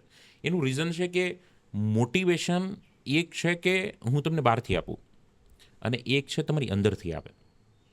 અંદરથી આવેલું મોટિવેશન એ લોંગ ટર્મ છે, બહારથી આવેલું મોટિવેશન એ શોર્ટ ટર્મ છે. જેવી રીતે એક વ્યક્તિ છે, એ વ્યક્તિ કશું કમાતો નથી, જી. અને એને હું 10,000 રૂપિયાની હેલ્પ કરું જી જી તો એ 10,000 રૂપિયા પૂરા થવામાં સમય નહીં લાગે. પણ એની જગ્યા ઉપર જો એ 10,000 રૂપિયા કમાતો થઈ જાય તો મારી જરૂર એની લાઈફમાં ક્યારેય નહીં પડે, કેમ કે પોતે કમાતો થઈ ગયો. બસ સેલ્ફ મોટિવેટ રહેતા જો થઈ જઈએ તો તમારે કોઈ મોટિવેશનની જરૂર ન પડે. પણ સેલ્ફ મોટિવેટ હું નથી અને બહારથી આવેલું મોટિવેશન છે તો ફ્રિકવન્ટલી તમે કીધું એમ જરૂર પડશે. અને તમારે સેલ્ફ મોટિવેટ થવા માટે પણ આવા મોટિવેશનના વિડીયો એટલા માટે જોવા પડશે કે સેલ્ફ મોટિવેટ થવાનું ઇનિશિયેટિવ તમને ત્યાંથી જ મળશે. એટલે સ્વયં પ્રકાશિત બનો. સ્વયં પ્રકાશિત બનો. બીજાના તેજના ભરોસે એનું તેજ ગયું એટલે તમારું તેજ ગયું, તમે અંધારામાં આવી તમે જશો. અંધારામાં આવી ગયા. જેમ સૂર્યનો અસ્ત થાય છે એટલે ચંદ્ર દેખાય છે, હાલાકી ચંદ્ર છે જ પણ એ સૂર્યના પ્રકાશમાં દેખાતો નથી. જેવો સૂર્યનો પ્રકાશ ઓછો થાય એટલે ચંદ્ર દેખાય છે. એમ તમે બીજા પર ડિપેન્ડ હશો તો એ નહીં હોય ત્યારે તમે રાજા હશો, પણ જેવો એ આવી ગયો તમે ગાયબ થઈ જશો. શું ખબર એ પણ બીજાના ડિપેન્ડ. એના ડિપેન્ડન્ટ પર પણ ઘણા હોય, એ 100% બની શકે. જેમ એક દીકરો બાપ પર ડિપેન્ડ હોય શરૂઆતમાં, તો એ પિતા પણ કોઈ કંપની ઉપર, કોઈ જગ્યા ઉપર એ ડિપેન્ડન્સી જ છે. તો ઇટ્સ અ સાયકલ. એમાં તો ઘણા ડિપેન્ડન્ટ હોય. હું કોઈ પર ડિપેન્ડ છું, મારી પર પણ કોઈ ડિપેન્ડ હોય, અને એના ઉપર પણ કોઈ ડિપેન્ડ હોય. રાઈટ. જેમ કે કોઈ એક કંપનીમાં 10 કર્મચારી છે તો એ કંપનીના જે સેટ છે, જે સીઈઓ છે, એના ઉપર એ 10 મિત્રો ડિપેન્ડન્ટ છે, અને એ 10 મિત્રો ઉપર એનું ફેમિલી ડિપેન્ડન્ટ છે. પણ એ પોતે સીઈઓ કોઈ એના ક્લાયન્ટ છે એના ઉપર ડિપેન્ડન્ટ છે કે મને કામ આપશે તો કામ ચાલશે. એટલે એક વસ્તુ તો અશોકભાઈ ક્લિયર છે ને કે જો તમે કોઈને નડતા નથી, Yes. પહેલી વાત, રાઈટ. તમારે કોઈની લાઈન ઇરેજ નથી કરવી, ભૂસવી નથી, બરાબર તમારે તમારી લાઈન આગળ કરવી છે. આગળ કરવી છે. તમે દુનિયાનો કોઈ વ્યક્તિ તમને નહીં નડી શકે. બની શકે થોડો સમય તમને લાગે કે કેમ મારી પર નોટિસ નથી થતી. હું હંમેશા કહું, લાકડું છે ને એ પાણીમાં તરવા માટે બન્યું છે, જી. પણ એ લાકડાને આપણે દબોચી દઈએ તો એ લાકડું ડૂબશે. એટલે આપણે કે આ તો લાકડું ડૂબી ગયું. જો હું એને આપણે એને દબાવીને દબોચ્યું છે. હા આપણે એને દબોચ્યું એટલે લાકડું અંદર જશે, પણ એ ક્યાં સુધી જશે? જ્યાં સુધી કોઈએ દબોચેલું છે, દબાવેલું છે ત્યાં સુધી. જેવું એનું દબાણ હટશે વિધિન અ સેકન્ડ લાકડું ઉપર આવશે. બસ આપણે પણ જો બેસ્ટ કામ કરશું, કોઈ નડીએ નહીં, અને આપણે આપણું કામ કરીએ વેલ્યુઝની સાથે, ઓથેન્ટિસિટીની સાથે, અને પ્રેક્ટિકલ રહીને જો કામ કરીએ તો ઉપર આવવામાં થોડો સમય લાગશે. જી જી જી જી. પણ જેવો એ સમય આવી જશે ત્યારે તમે કાયમી માટે તરતા હશો અને લોકો તમને જોઈ શકશે. કારણ કે આ વાત એટલે કરવી જરૂરી હતી. તમે ખાલી આજે આવીને આ બોલો છો, યસ, લોકોને એવું લાગશે કે ચાલો આજે અશોકભાઈ આ સ્ટેટસ ઉપર છે રાઈટ, એટલે બધું જ એની આજુબાજુ આવું છે એટલે આવું બોલે છે, પણ નહીં. યસ, એક સમયની વાત કરું કે જ્યારે મારી એક ફિલ્મ રિલીઝ થઈ હતી જેનું નામ હતું હલકી ફુલકી. યસ, મારે થોડુંક ન્યૂઝમાં અને એમાં મારે આપવું હતું કે ભાઈ મારી એક ફિલ્મ આવે છે, આ ચોખ્ખી વાત છે, મારે થોડું PR કરાવવું હતું, બરાબર છે. પણ એવું મારી પાસે અમાઉન્ટ નહોતું, કાંઈ જ નહોતું. એટલે મેં કીધું શું કરવું ને એક બે જગ્યાએ પૂછાવ તો મને કીધું કે એટલા રૂપિયા તમારે આપવા પડે, જે કે મારી પાસે નથી. બરાબર. કારણ કે ફિલ્મના પૈસા આવ્યા હતા, એ તો ફિલ્મ ટાઈમે આવ્યા હતા ને, હવે વર્ષથી પછી રિલીઝ થાય છે. પછી રિલીઝ, અત્યારે તો નહીં હોય હા, શરૂઆતમાં. અત્યારે તો કાંઈ જ નથી, તો કે શું કરું. એટલે મનીષભાઈ વઘાસિયા મળ્યા, એમને મેં વાત શેર કરી, તરત જ મને લગભગ સેકન્ડોમાં તમારો કોન્ટેક્ટ કરાવ્યો યસ, અને તમે મારું આખું એક ઇન્ટરવ્યૂ કવર કર્યું. રાઈટ, એ સમય પર આપણે, એટલે તમારી એ મદદ કરવાની ભાવના ત્યારથી છે. રાઈટ. એ તો એટલે હું એ કહું છું કે અત્યારે ક્યાંકથી મને હેલ્પ મળી રહી છે તો એ રાઉન્ડ જ છે. જો હું આજે શરૂઆત કરીશ તો કાલે એ મને મળશે ને એમાં આપણો સ્વાર્થ જ છે. તમે કોઈની મદદ કરી એ પણ સ્વાર્થી ભાવથી હું તો કરો તો પણ ચાલે. એ ભાવ કે ભાઈ કાલે ઉઠીને મને કોઈક મદદ કરશે એવો વિચાર પણ કે આજે હું એટલા માટે કરું છું કાલે મારે જોઈએ છે અને મદદની જરૂર તો બધાને પડશે. 5 વર્ષે PM સાહેબને પડે છે કે મને મત આપો, તો હવે એમને પડતી હોય તમને મને તો પડવાની જ છે. બરાબર. આજે સેલિબ્રિટી તમે શાહરૂખ, સલમાન, દીપિકા, આલિયા બધાને લઈ લો, એની હેલ્પની જરૂર પડે છે. મૂવી આવે ત્યારે પ્રમોશન કરીને ભાઈ અમારું મૂવી જોજો, લોકો જુએ જ નહીં તો શું શાહરૂખ શું સલમાન, એમની તકલીફ પડી જાય. તો હવે એ લેવલના લોકોને જો હેલ્પની જરૂર પડતી હોય તમને મને તો હાલતા પડશે અને એ માટે આપણે હાલતા કરવી પડશે. હા, અને આજે વિચાર કરો, યસ, આજે હું અહીંયા બેસીને વાત પણ કરી રહ્યો છું. રાઈટ. એટલે પૃથ્વી આમ જોવા જાવ તો દુનિયા બહુ મોટી છે, પણ આમ જોવા જાવ તો બહુ નાની છે. હા, ફરીને આવતા એને બહુ ટાઈમ લાગતો જેવું તમે વાવો એવું મળશે. એવું મળશે. તમે ઘઉં નાખ્યા છે ઘઉં મળશે, બાજરો નાખ્યો બાજરો મળશે. તમે બાજરો નાખીને વાટ જોઈને ગમે એટલી પ્રાર્થના કરો, ભોળાનાથને પ્રસન્ન કરો તો એ ઘઉં નહીં થાય. હા, એ કદાચ વળી પ્રસન્ન થઈ ગયા ભોળાનાથ એમ કે બીજા 5 વીઘામાં ઘઉં નાખ તો ઘઉં થશે. હા, કેમ કે ભોળાનાથે બાજરાનો ઘઉં તો નહીં કરે, નહીં તો પ્રકૃતિનો નિયમ ખોટો પડી જાય. એટલે ભગવાનને પ્રસન્ન કરીને તમે કોઈ એવો ચમત્કાર નથી કરી શકવાના, કેમ કે જ્યાં સુધી તમારું કર્મ નહીં હોય ત્યાં સુધી. આ તમે બાજરો નાખીને એવી પ્રાર્થના કરી શકો કે હે મહાદેવ બાજરો ખૂબ સારો થાય, પાક ખૂબ સારો થાય, આ તો એ ઇટ્સ ઓકે. પણ ઘઉં નાખીને બાજરાની પ્રાર્થના કરવું એ તો મૂર્ખામી છે. હા, પણ તમે સારું કરેલું હોય છે ને એ તમને રિવર્સ મળે જ છે. 100% આજ નહીં, બસ તમારે ખાલી રાહ નથી જોવાની એની. એટલે તમે ભૂલી જવાનું છે, એ તમને મળશે. અને હું તો એ કહું છું જ્યારે મળશે ને ત્યારે તમને યાદ બી નહીં હોય કે શેનું મળે છે. અને કદાચ તમારી પાસે લગભગ એવો ટાઈમ હશે કે જ્યારે તમારી પાસે એવું કંઈ કામ નહીં હોય, કદાચ ત્યારે એના રિવર્સ મળે. 100% એની જરૂર ન પણ હોય હા, ત્યારે, અથવા તો એ મળી રહ્યું છે એની એટલી બધી કિંમત ત્યારે ન હોય. હા, હા, હા, હા, હા. બરાબર છે, પણ છતાં તમને મળી રહ્યું છે રિવોર્ડના રૂપે અથવા તો જરૂરિયાતના રૂપે. અને આજે ભગવાનની દયાએ બહુ સારું આપણે કરી રહ્યા છીએ કાર્ય. 100%. અને બધા જ મિત્રો પોતપોતાની રીતે ખૂબ સારું બેસ્ટ કરી રહ્યા છે. મુદ્દો તો એ છે જે નથી કરતા એને પણ લાગે છે કે હું બેસ્ટ કરું છું.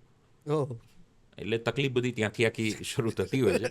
પણ જિંદગી ભર યહી ભૂલ કરતા રહા ગાલિબ કે ધૂલ ચહેરે પે થી ઓર આઈના સાફ કરતા રહા ગાલિબ. એટલે આ વાતને જો આપણે સમજી જઈએ તો ખૂબ સારું કામ થાય. આપણે બધા જ અરીસો સાફ કરવા કરતાં જો મોઢું સાફ કરીએ તો મારું પણ ખૂબ સારું કામ થાય ને તમારું પણ ખૂબ સારું કામ થાય. આપણે અહીં બુક મૂકેલી છે ઘણી બધી, એમાં એક ડીપ વર્ક ખાસ કરીને છે, એની પછી ધૂમકેતુની છે. યસ. બુકની આપણે વાત કરતા હોઈએ તો બુકમાંથી તમને કેટલું મોટિવેશન મળે છે?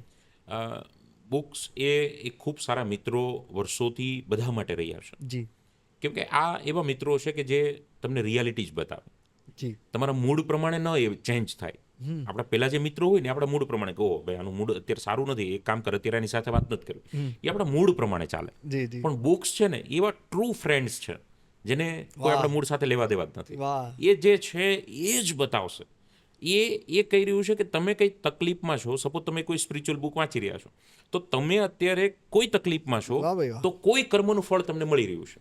બની શકે એ કર્મ તમને અત્યારે યાદ નથી આવતું તો પાસ્ટનું પણ કોઈ કર્મ પેન્ડિંગ હશે જેનું ફળ અત્યારે મળી રહ્યું છે.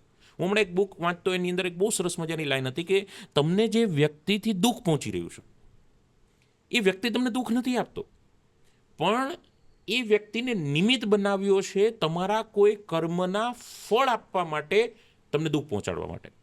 તો એમાં કોઈ વ્યક્તિનો કોઈ દોષ જ નથી. એ વ્યક્તિ તો નિમિત્ત બન્યો છે કે એવું કહીને તમને હર્ટ કરે જેથી કરીને તમારો ઓલો હિસાબ બેલેન્સ બરાબર થાય. હવે જો મારો ગમે તેટલો સાચો મિત્ર હોય પણ મારો મૂડ ખરાબ હોય તો એ મને આ રિયાલિટી નહીં કે જાણતો હોવા છતાં પણ બુક્સ મને વાંચીને કહી દેશે કે નહીં આ જ છે. તો મૂડ પ્રમાણે ચેન્જ નથી થતી એવા સારા મિત્રો છે. અને જેણે બુક વાંચી છે રેગ્યુલર લાઈફમાં એ ખૂબ સારી રીતે સફળ થયા છે. અને અત્યારે જેટલા પણ સફળ લોકો છે, ઉલટું કહું તો જેટલા પણ સફળ લોકો છે એ લોકોના મિત્રોના લિસ્ટમાં એક બુક પણ છે. ઓહો, હા, 100%. એ ચોક્કસ છે. એટલે બુક્સ બહુ જરૂરી છે, ચોક્કસ વાંચવી જોઈએ. તમને જે એરિયા ઓફ ઇન્ટરેસ્ટ હોય. હા, તમને- એવું નથી કે હા, ભાઈ બસ, આજ બસ. તમે વાંચો. તમને કવિતાઓ ગમતી હોય કવિતાઓ વાંચો, શાયરીઓ ગમતી હોય છે તો એવી કોઈ શાયરીઓ તમે વાંચો જેનાથી પ્રેરણા મળતી હોય. રાઈટ, તમને મોટિવેશનની, આધ્યાત્મની જે બુક્સ ગમે છે, તમને હિસ્ટ્રી ગમે, પોલિટી ગમે, જીઓગ્રાફી ગમે, ભારતની વારસો, ભારતની સાંસ્કૃતિક વારસો, ઐતિહાસિક આપણો જે વારસો છે, આપણી જે પરંપરાઓ છે, આપણું જે કલ્ચર છે, તમને એ ગમે એ કરો. અને કેટલું બધું છે વાંચવા માટે. અઢળક છે, ગજબ છે. અને તમે એક બુક પૂરી કરો છો ત્યાં વિશ્વના કેટલા લેખકોએ કેટલી બુક લખી નાખી છે. એક જ બુક 200 પાના પૂરા તમે કરો ને ત્યાં સુધીમાં દુનિયામાં કેટલા લોકોએ પોતાના 200 પાના લખી નાખ્યા.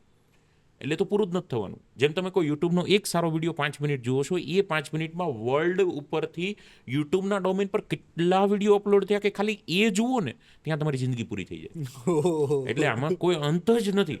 એટલે તમારે એક ડોમેન સિલેક્ટ કરવું ખૂબ જરૂરી છે કે મારે આ જ કરવું. મને ભારતના વારસામાં રસ ન હોય તો હું શું કામ એ વાંચું? તમને રસ શેમાં છે એ વાંચો. તમને કલ્ચર જોવામાં રસ છે એ જુઓ.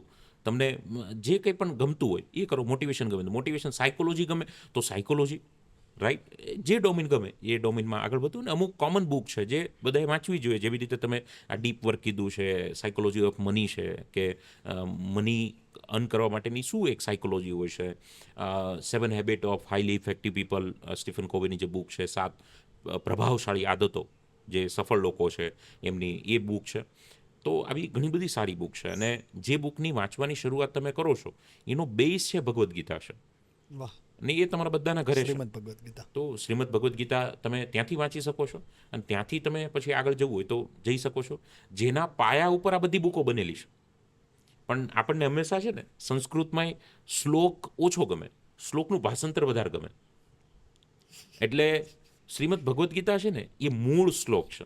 આ બધી બુકો એમનું ભાષાંતર છે અલગ અલગ શૈલીમાં. એટલે લોકો આવી બધી બુક પહેલા વાંચશે. જોજો તમે કોઈ, જેમ મેં તમને કીધું એમ ઘણા લોકો કહેશે કે આ બુક પણ તમે 7 habit of highly effective people તમે જુઓ તો તમને ઘણી બધી ભગવદ્ ગીતા કનેક્ટ થાય, રિલેટ થાય. તો એ મૂળ શ્લોક શ્રીમદ ભગવદ્ ગીતા છે. અને એના બેઝ પર આ બધું બનેલું છે, બધી બુક્સો. વિચાર કરો, આ બધી બુકમાંથી એટલું મળતું હશે તો એ પણ શ્લોકમાં રસ નથી ને. આપણે ભણતા ત્યારે શ્લોકની વાત, આપણે સીધું ભાષાંતર વાંચતા, કેમ કે પૂછાવાનું તો ઈ જ છે. તો શ્લોક થોડો અઘરો છે પણ એનો એક ફાયદો છે કે એકવાર શ્લોક સમજી જાવ ને તો તમે એના તમામ ભાષાંતર સમજી જાઓ. તો કદાચ મને એમ કે ભાઈ મારે કોઈ બુક ન વાંચવી હોય ને એક જ વાંચવી હોય તો શ્રીમદ ભગવદ્ ગીતાથી તમે શરૂઆત કરો. અથવા તો ત્યાંથી શરૂઆત કરવી ત્યાંથી કરો. તમને બોરિંગ લાગે, ન સમજાય તો તમે સ્વિચ કરીને બીજી બાજુ જાઓ. પણ એ બધું એનું ભાષાંતર છે. મૂળ શ્લોક શ્રીમદ ભગવદ્ ગીતા. લોકોના માઇન્ડ પાછળની સાયકોલોજી શું હોય છે? એની આજુબાજુ રહેલો માહોલ, બીજું કાંઈ જ નહીં. કંઈ જ નહીં. સૌથી અગત્યનું છે માહોલ. એક એવા 5 મિત્રો સાથે રહે છે એ એની સાયકોલોજી બની જાય છે, એ એનો માઇન્ડસેટ બની જાય છે. અને જેમણે ચેક કરવું એ કરી લે. તમે 5 એવા મિત્રોની સાથે રહો છો જેની મહિનાની એવરેજ ઇન્કમ 1 લાખ રૂપીસ છે, જી. તો તમે 1 લાખથી 1.25 લાખ જ કમાશો. તમે જિંદગીમાં 10 લાખ નહીં કમાઓ. જેટલા ઇનિશિયેટિવ લેવા એટલા લઈ લેજો. This is rules. જે મને લાગુ પડે તમને લાગુ પડે. 2 + 2 4 જ થાય. એટલે તમારે 10 લાખે પહોંચવું છે તો એવા ગ્રુપમાં જાઓ જે 10 લાખ અર્ન કરતા હોય. એ જગ્યા ઉપર રહેવા જાઓ જ્યાં એવા લોકો છે જે મહિને 10 લાખ કમાતા હોય. તો જ પોસિબલ છે, અધરવાઇઝ ઇટ્સ નોટ પોસિબલ.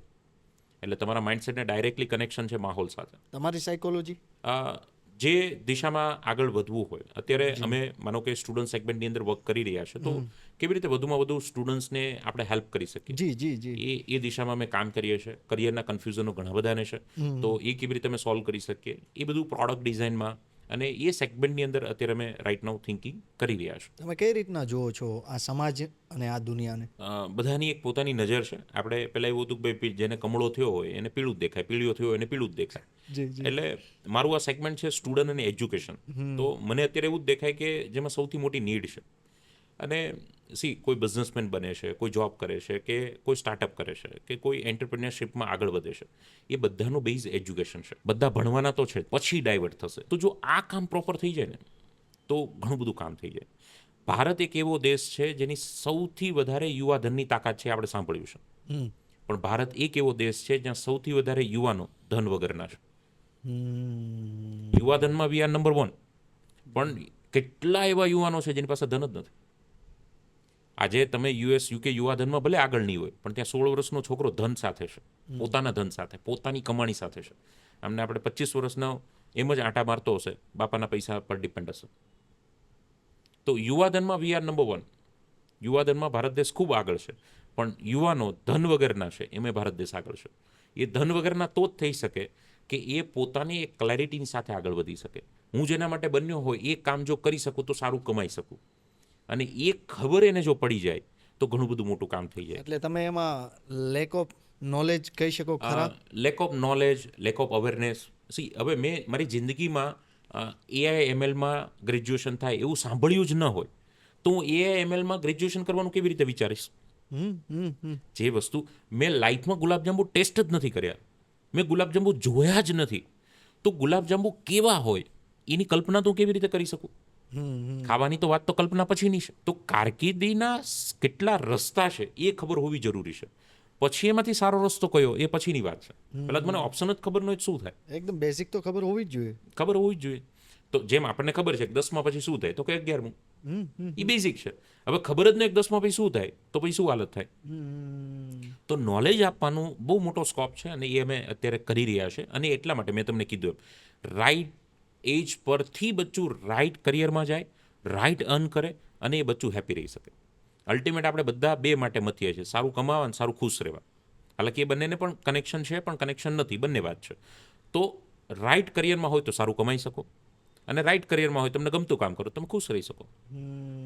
બરાબર. મને પોડકાસ્ટ આપવો ગમે છે, તમને પોડકાસ્ટ લેવો ગમે છે, તો આપણે 2 કલાક ચર્ચા કરીએ તો નહીં કંટાળો તમને આવે, નહીં કંટાળો મને આવે. હાલાકી નહીં તમને 1 રૂપિયો મળે, નહીં તમને 1 રૂપિયો મળે, નહીં 1 રૂપિયો મને મળે, છતાં બંને અલ્ટિમેટ ખુશ હશું, કેમ કે બંને 2 કલાક એ કામ કર્યું જે આપણને બંનેને ગમે છે.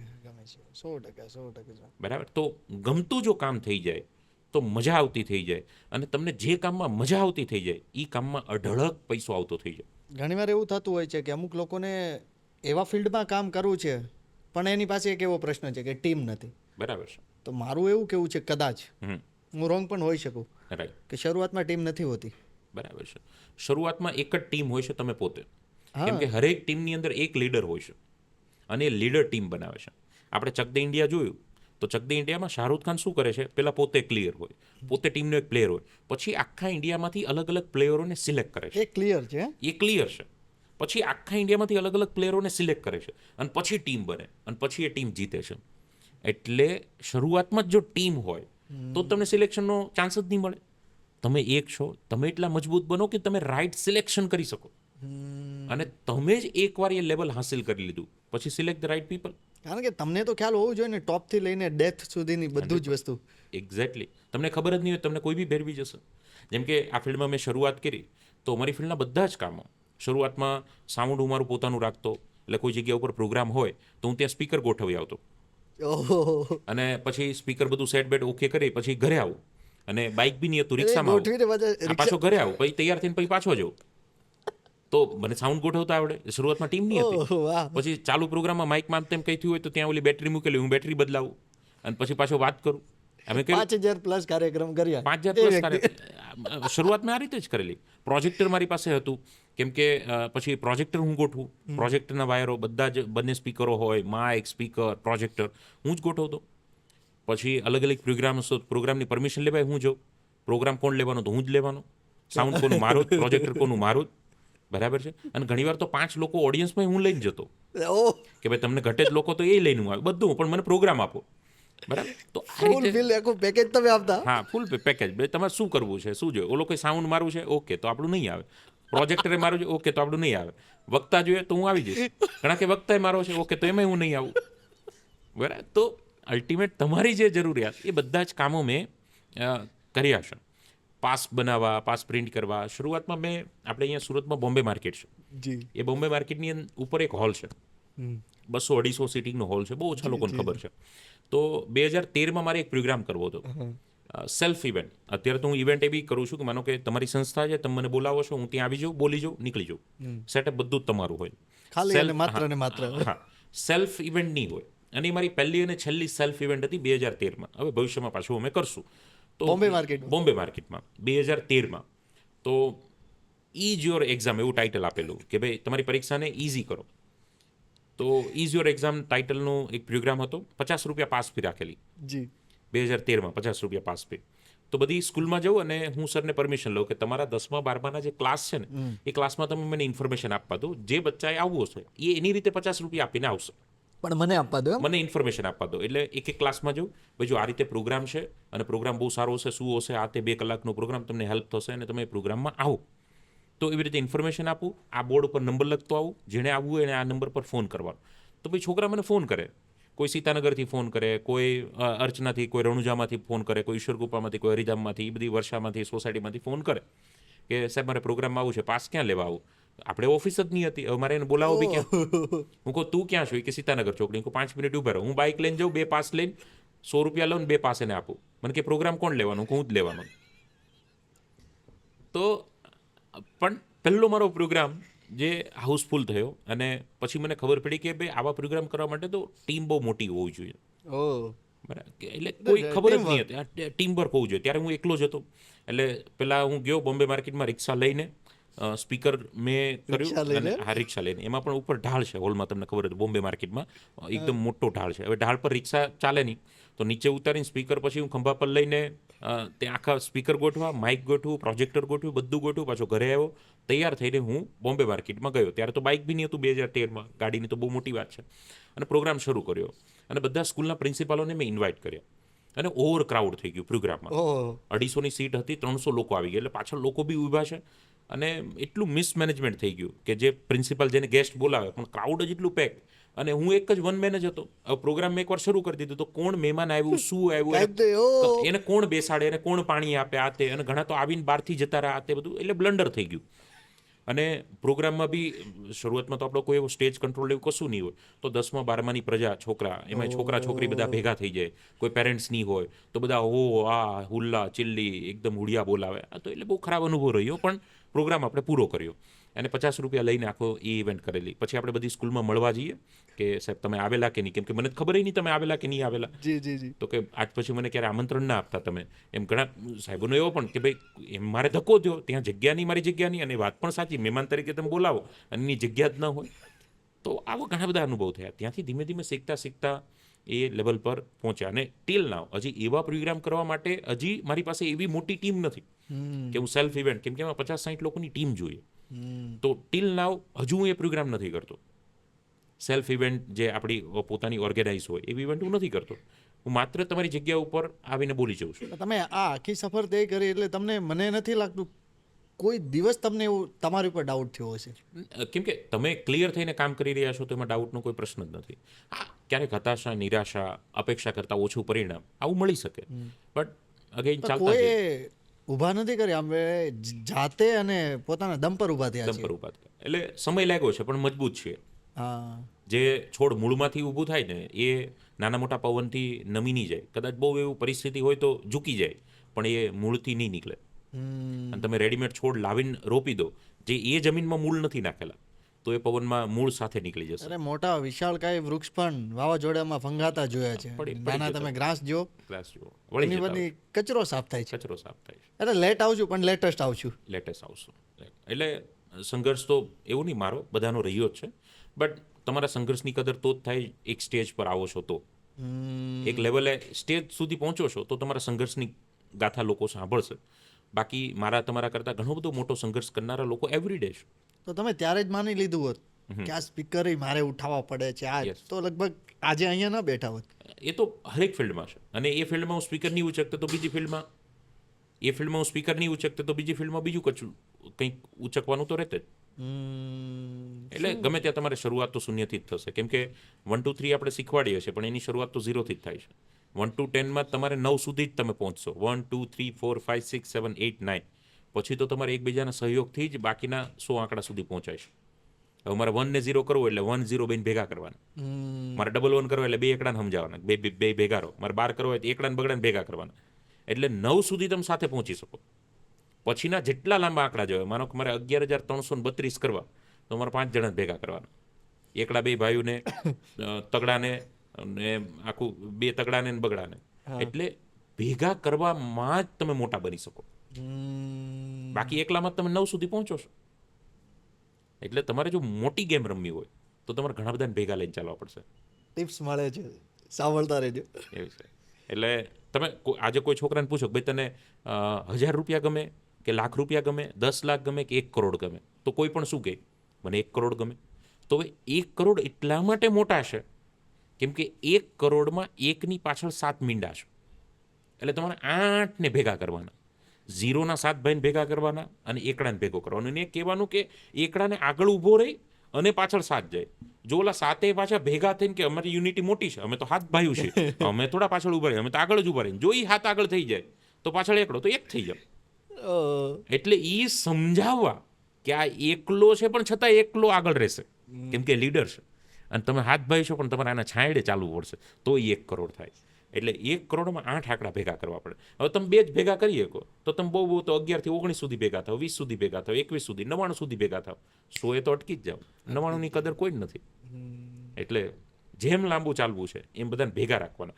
ભેગા રાખવાના એક મોટું કામ. બીજું, ક્રમમાં રાખવાના કે આ અહીંયા જ હોવો જોઈએ, આ અહીંયા જ હોવો જોઈએ. પોતપોતાની પોસ્ટ ઉપર, પોતાની જગ્યા ઉપર આપણી અનુકૂળતા મુજબ. એને જ્યાં રહેવું હોય ત્યાં નહીં, નહીંતર શૂન્યએ તો આગળ જ રહેવું છે. પણ મારે એને પાછળ રાખવો છે કેમ કે મને ખબર છે તો જ 1 કરોડ થશે. એટલે ટીમ બનાવવી અને યોગ્ય સ્થાન પર યોગ્ય વ્યક્તિ લાવવા અને મૂકવા એ ખૂબ મોટું અઘરું કામ છે. એ જેણે કરી દીધું એ મોટી રમત રમી ગયા. આજે મુકેશભાઈ અંબાણી ક્યાં દરરોજ જામનગર રિલાયન્સ જોવા જાય છે? આપણે 10 બાય 10ની ઓફિસ હોય તો દિવસમાં 3 વાર આંટા મારીએ. અને એટલા મોટા કિલોમીટરમાં પથરાયેલી ધીરુભાઈ ના સ્વપ્નથી આખી બનેલી રિલાયન્સ, આખી જે ફાઉન્ડેશન રિફાઇનરી પ્રોસેસ છે, મુકેશભાઈ તો નથી નીતાબેન આંટો મારવા જતા, નથી મુકેશભાઈ જતા, જાય તોય પોતાની ઈચ્છાથી જાય છે, મરજીથી જાય છે. પણ એણે ત્યાં રાઈટ સ્થાન પર રાઈટ લોકો મૂકી દીધા અને ભેગા લોકોને કરી દીધા. એટલે આજે મસ્ત મજાથી ચાલે છે. એ અનંત રાધિકાને બધાને લઈને દ્વારકા દર્શન કરે છે. એટલે આવું બની શકે. તમારો જીવન મંત્ર શું છે? જીવન મંત્ર એક જ, જે કરીએ છીએ એ પ્રામાણિકતાથી કરીએ, બેસ્ટ કરીએ, જેમાં મારું અને સામેવાળાનું બંનેનું હિત હોય એવું કરીએ. જો કોઈનું એકનું હિત હોય તોય લાંબુ નહીં ચાલે. હું સતત એવું કામ કરું જેમાં તમને જ ફાયદો થાય તો હું લેવાઈ જાઉં. એક ટાઈમે હું ઘસાઈ જઈશ અને એક ટાઈમે મારે મજબૂરીથી બંધ કરવું. એ તમને ખ્યાલ હોવો જોઈએ. અને હું એવું જ કામ કરીશ જેમાં મારું જ હિત છે, તમારું કોઈ છે જ નહીં. તો એક ટાઈમે તમે મારી સર્વિસ નહીં લો. તો હું એવું કામ કરું જેમાં 20% મારો બેનિફિટ હોય ને 80% તમારો બેનિફિટ હોય. તો તમે સતત મારી પાસે આવશો અને હું સતત તમને કંઈકનું કંઈક આપતો રહીશ. તમે જીતશો, હું જીતીશ. તો એવું કામ કરવાનો અત્યારે હાલ અમે કરી રહ્યા છે કામ. એવું ક્યારેય થયું છે ખરા કે તમારા દ્વારા જ આપેલી એક એડવાઇસ જે સમય જતા તમને જ કામ આવી ગયું? ઘણી વાતો છે. તમે કીધું છે તો હું જ્યારે હતાશ, નિરાશ હોઉં, જી, કોઈ એ તો માણસ છે, આજે મોદી સાહેબે નિરાશ થતા હોય, ફરક એટલો છે કે એની નિરાશા તમને મને ઓળખાતી નથી. હા, વ્યક્તિ જેમ ઉપર જાય ને એમ પોતાની હતાશા, નિરાશાને છુપાવતો જાય છે.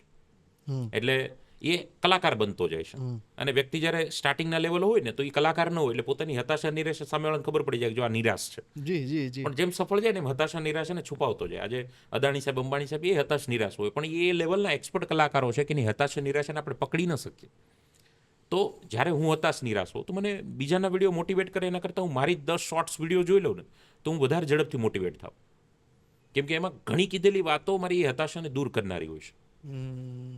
તો તમે કીધું એમ આપણા શબ્દો ઘણીવાર કામ લાગતા હોય છે. તો ઘણીવાર તો એવું પણ થતું હોય છે ને કે જે પ્રમાણે તમે એક તમારું હોમવર્ક કરીને જાતા હોવ છો જે પણ કાર્યક્રમમાં, રાઈટ, ક્યારેક એ હોમવર્કની અંદર ત્યાંના માહોલ પ્રમાણે ઘણી એવી પણ વાતો બહાર આવી જતી હોય છે ને જે તમે ક્યારેય સ્ક્રિપ્ટમાં લખી જ નથી. બરાબર. સ્ટેજ તો એ જ છે કે સ્ક્રિપ્ટ અને સ્ક્રિપ્ટની બહારનું બંને ચાલશે. એને જ સ્ટેજ કહેવાય. સ્ટેજની વ્યાખ્યા જ છે. પછી તમે એક ડ્રામાના આર્ટિસ્ટ તરીકે કામ કરો છો કે તમે કોઈ વક્તા તરીકે કામ કરો છો કે કોઈ બી રીતે તમે કામ કરો છો, જ્યાં તમારી સ્ક્રિપ્ટની તૈયારી તો છે પણ એ પણ તૈયારી છે કે આ સ્ક્રિપ્ટ બહારનું પણ આવશે. માનો તમે સપોઝ કોઈ શો કરી રહ્યા છો અને 5 મિનિટ માટે પાવર ગયો તો એ તો ક્યાં તમારી સ્ક્રિપ્ટમાં હતું જ. તો એ 5 મિનિટમાં તમે શું કરશો એ તમારી બિયોન્ડ સ્ક્રિપ્ટ છે. ત્યાં તમારો અનુભવ, તમારી એક્સપર્ટાઇઝ કામ લાગશે. અનુભવ. તો એની તૈયારી તમારે પૂરેપૂરી જોઈએ. અને પાવર ન જાય તમારી સ્ક્રિપ્ટ તો છે જ. હા, બરાબર છે. અથવા કોઈ એવી અણધારી ઘટના બની ગઈ, કોઈ એવી આફત આવી ગઈ, કોઈ એવું ટૂલ જે ડેમેજ થયું, જે શો શરૂ થતાં પહેલાં આવી જ શકે એમ નથી બીજું નવું ટૂલ, તો એ ડેમેજ ટૂલના, હા આ જ છે. અને ડેમેજ ટૂલના ઓપ્શનમાં તમે શું કરી શકો અને તમારા કિરદારને બરાબર નિભાવી શકો, તો તો એ બહુ જરૂરી છે. માનો કોઈ જગ્યા ઉપર અમે ડિમાન્ડ કરીએ કે સાહેબ કોડલેસ માઇક જોશે, આવી રીતે આ માઇક જોશે, એટલું કીધા પછી પણ એ કોડવાળું જ માઇક સપોઝ ત્યાં હોય. આવું પહેલાં બનતું, હવે તો અમારી ટીમ જ પહેલાં એનાલિસિસ આખું કરતી હોય છે. બટ જ્યારે આવું કોડવાળું માઇક હોય તો પ્રોગ્રામ તો મારે લેવાનો જ છે. હવે હું પર્સનલી કોડવાળા માઇકમાં ઓછો કમ્ફર્ટ છું. કોડલેસ હોય તો મારે મુવમેન્ટ કરવા જોઈએ, કોડવાળું માઇક હોય તો એક મર્યાદા આવી જાય, 10 ફૂટ કેબલ હોય તો 10 ફૂટમાં જ ફરી શકો. બરાબર, પણ છતાં પ્રોગ્રામ તો કરવાનો જ છે, એમાં બેસ્ટ આપવાનું જ છે. એટલે વાત જે આવો સમય જ્યારે હોય છે ત્યારે વાત જે પહોંચાડવી છે એ Yes. પહોંચી જ જતી હોય છે. અને પહોંચાડવી જ જોઈએ, એ તમારી ફરજ છે. જેવી રીતે એક પિતા મહિને 10,000 કમાય છે, પણ મંદીના ટાઈમમાં મહિને 5,000 કમાય છે, પણ એના પરિવારનું ભરણ પોષણ કરવું એની ફરજ છે. ઘર ચલાવવું જ પડે. ઘર ચલાવવું જ પડે, એ એની ફરજ છે. હા, એટલું ટેસ્ટી ન તો બીજી રીતે, પણ પેટ તો ભરાવવું જ પડે. તો એ એક વક્તા સ્ટેજ પર છો તો તમારી એ જવાબદારી છે, તમારી એ ફરજ છે કે તમારે એ કરવું જ પડે. સાહેબ કેવી વાત છે કે આ પોડકાસ્ટ જેટલા પણ લોકો જોઈ રહ્યા છે ને, રાઈટ. મને પર્સનલી પણ એટલા સવાલ આવતા હોય છે, લોકો પૂછતા હોય છે અને જવાબ પણ આપતા હોય છે કે એક પોડકાસ્ટથી ઘણા એવા લોકો પણ તૈયાર થાય છે યસ. કે ફ્યુચરમાં જે લોકોને મોટિવેશનલ સ્પીકર બનવું છે કે પછી આ ફિલ્ડમાં આગળ વધવું છે તો Right. શું ખબર એને આ પોડકાસ્ટથી ઘણા બધા સવાલોના જવાબ મળી જાય. મળી છે, બરાબર. એટલે હું અંદરો અંદર બહુ બધા સવાલ પૂછવાનો પ્રયત્ન કરું છું. 100%. શું દરરોજ મોટિવેટેડ રહેવું શક્ય છે ખરા? 100% છે, જો તમારો વાય ક્લિયર હોય તો. તમારે શા માટે કોઈ કામ કરવું છે, જો એકવાર એ ક્લિયર થઈ જાય તો તમે ક્યારેય ડિમોટિવેટ જ નહીં થાવ. સપોઝ કોઈ વ્યક્તિ એક નવા કામની શરૂઆત કરે છે, બરાબર, પણ મારે શા માટે કરવું છે? જેમ કે આજે કોઈ વ્યક્તિ પોડકાસ્ટની ચેનલ શરૂ કરે છે કે મારે પોડકાસ્ટ લેવા છે, તો હજી તેની ચેનલનું નિર્માણ જ થયું છે, એક પણ પોડકાસ્ટ નથી આવી. યસ, બરાબર છે. બટ એને શા માટે પોડકાસ્ટ કરવા છે, જો એ ક્લિયર ક્લિયર હશે હોવું જોઈએ. 100%. તો પહેલી વાર કોલ કરશે તો સામેવાળી વ્યક્તિ શું કહેશે, ભાઈ જો ઓળખતા નહીં હોય તો તમારી પ્રોફાઇલ મને આપો, તમારી ચેનલને બધું આપો, હું એકવાર ચેક કરી લઉં, જોશે તો બધું ત્યાં કરવું જશે. કે તો એ એવું કહેશે કે ભાઈ હું આપીશ પણ અત્યારે નહીં આપું. જી. બરાબર, તો તમે હતાશ થઈ જશો, નિરાશ થઈ જશો તો મેળ નહીં પડે. પણ તમને ખબર છે કે મારે શું કામ આ કામ કરવાનું છે, તો તમને બીજા લોકોનો કોન્ટેક્ટ કરવાનું મોટિવેશન આપોઆપ મળશે. અને ઘણીવાર છે ને પોડકાસ્ટ માટે તમે જ્યારે કોઈને એપ્રોચ કરો છો, એક આપણે એક્ઝામ્પલ લઈએ છીએ ખાલી, જી. તો એમાં તમારી એ શા માટે કરવું છે જો એ ક્લિયર હોય ને, તો શબ્દોમાં પાવર હોય. તો તમારે લગભગ પ્રોફાઇલ પણ કાંઈ જ નહીં હોય ને તમારી પ્રોફાઇલ ઉપર તો પણ લોકો આવા તૈયાર થઈ જશે. કેમ કે તમે જ્યારે એને ઇન્વાઇટ કરવા માટે કોલ કરો છો ને, જી. એ કોલમાં તમારા વર્ડિંગમાં એવી ફ્રીક્વન્સી છે કે પેલો વ્યક્તિ કન્વિન્સ થઈ જશે. અને એ વર્ડિંગની ફ્રીક્વન્સી ક્યાંથી આવશે? તમારું કારણ ક્લિયર છે. ભાઈ, પણ તમે જ્યારે તમને પહેલેથી જ ખબર છે કે ભાઈ મારે આનો પોડકાસ્ટ એટલે લઈ લો કે એના સબસ્ક્રાઇબર વધારે છે, ફોલોવર વધારે છે, જી, એ આવી જી, જાય તમારું પ્લેટફોર્મ દોડી જાય, આ કારણ જ તમારું ભંગાર છે. હમ. તો એ વાત કરવાની ફ્રીક્વન્સી જ નહીં બને. બીજી વસ્તુ કે ક્યારેક તો એવા સવાલ પૂછતા હોય છે કે આપણી ચેનલ મોનેટાઈઝ ક્યારે થઈ જશે? હા, એટલે જ્યાં તમારો ગોલ જ કોઈ નથી, ખાલી એ ગોલ છે કે મેં પ્રદીપભાઈના વિડીયો જોયા, એમના વિડીયો બહુ સારા ચાલે છે, એ સારું કમાય છે, બસ એટલે મારે કરવી છે, તો આ 3 મહિનામાં ચેનલ બંધ થઈ જશે. હા, તમારું રીઝન તમારું પોતાનું હોવું જોઈએ. બીજાનામાંથી જોઈને મારે એટલું કમાઈ લેવું એ રીઝન નહીં ચાલે. હવે પોડકાસ્ટ તો આજે દુનિયા સમજતી થઈને બધા લેતા થયા. હું 2014થી ઇન્ટરવ્યૂ લઉં છું, જેને આપણે ઇન્ટરવ્યૂ કહીએ છીએ. જી. મેં અત્યાર સુધી 500+ ઇન્ટરવ્યૂ લીધા છે, જેને હવે આપણે પોડકાસ્ટ કહીએ છીએ. બરાબર, અને એવા ઇન્ટરવ્યૂ કે ના તો એ ફેમસ કોઈ સેલિબ્રિટી છે, ના તો એના વિશે કોઈ જોવું છે, ના તો એના વિશે કોઈ સાંભળવું છે. હવે કોઈ છોકરો સીએની એક્ઝામ ક્રેક કરે તો એના ઘરે જઈને ઇન્ટરવ્યૂ લેવા જાવ. હવે એ કોઈ સેલિબ્રિટી નથી, એને કોઈ ઓળખતું નથી, અને મારે એના ઘરે જવાનું છે, અને મને ખબર છે એજ્યુકેશનના વિડીયો લોકોએ જોવા નથી. આજે કોમેડી વિડીયો, ડાન્સનો વિડીયો, અથવા તો કોઈ ફેમસ સેલિબ્રિટીનું પોડકાસ્ટ લોકોને જોવું છે, સાંભળવું છે, પણ એજ્યુકેશનની વાતો તો ક્યાં લોકોએ સાંભળવી જ છે, અને એમાં પણ પાછું ગુજરાતીમાં. એટલે ગુજરાત જ ઓડિયન્સ, એમાં પણ એજ્યુકેશન ઓડિયન્સ, એમાં પણ ખાલી સીએનું ઓડિયન્સ, એમાં પણ એવા કે જે સીએ કરતા હોય ને એને સાંભળવા હોય, તો કેટલા બધા ફિલ્ટર લાગે. તો મેં ક્યારેય વ્યૂ માટે ઇન્ટરવ્યૂ લીધા જ નથી. એટલા માટે હું 500 ઇન્ટરવ્યૂ સુધી પહોંચ્યો.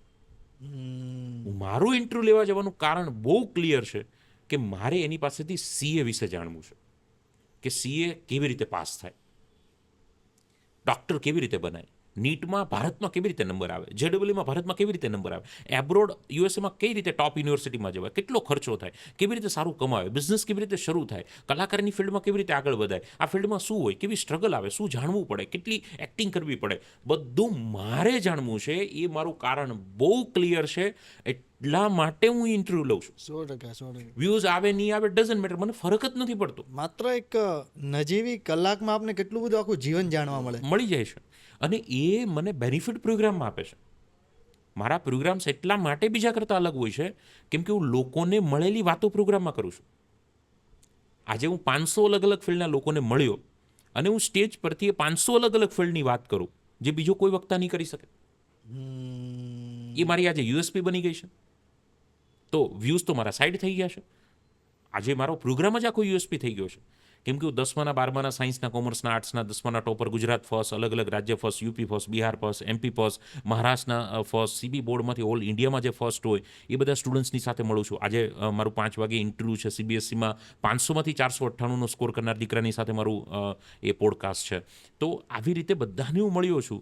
GPSC, UPSC, class 1, class 2, class 3, super class 3, upper class 3, constable, હથિયારી, બિન હથિયારી, PSI, PI, deputy collector, collector, IAS, IPS, IRS, IFS, IFoS, Indian revenue service, police service, forest service, foreign service, dancer, singer, actor, actress, model, script writer, director, producer, pilot, co pilot, loco pilot, TET, TAT, એચમેન્ટ, બધાને મળ્યો છું. અને મને એ knowledge મળ્યું છે. એટલા માટે હું મળું છું. આજે મારે કોઈ આઈપીએસને મળવું હોય તો ઇન્ટરવ્યૂ એક માધ્યમ બન્યું છે કે હું આઈએસ સુધી મળવા જઈ શકું. બાકી કોઈ આઈએસ આઈપીએસ ટાઈમ જ નહીં આપે. તો આજે એવા મિત્રો બન્યા છે જે કલેક્ટર હોય, આઈપીએસ હોય, કમિશનર હોય, એ કક્ષાના મિત્રો બન્યા છે. હવે આપણી કઈ એવી પ્રોફાઇલ છે કે આવા લોકો પણ આપણા મિત્રો બની શકે. આજે હું જે જિલ્લામાં જાઉં એ જિલ્લામાં મેં ઇન્ટરવ્યૂ લીધેલા જે મિત્રો હોય, એ એએસપી હોય, એસપી હોય, એની સાથે મારો પ્રોગ્રામ પતી ગયા પછી હું 5, 10, 20, 25 મિનિટ બેસી શકું. આજે કોઈ વાત કરી શકો છો. વાત કરી શકું છું. એટલે મારા ટાઈમ પર હું કોઈ એએસપી, એસપીને મળી શકું છું. આ તક, ઓપોર્ચ્યુનિટી મને આ ઇન્ટરવ્યૂથી મળી છે. તો આ તો વ્યૂ કરતાં બહુ મોટું કારણ છે. તો આવા કોઈ કારણથી તમે જો આવો તો તમે પહોંચી શકો. તમે તો એક જ ઇન્ટરવ્યૂ તમારા વ્યૂઝ લાવવા છે તો ભેગું નથી થવાનું. બરાબર છે.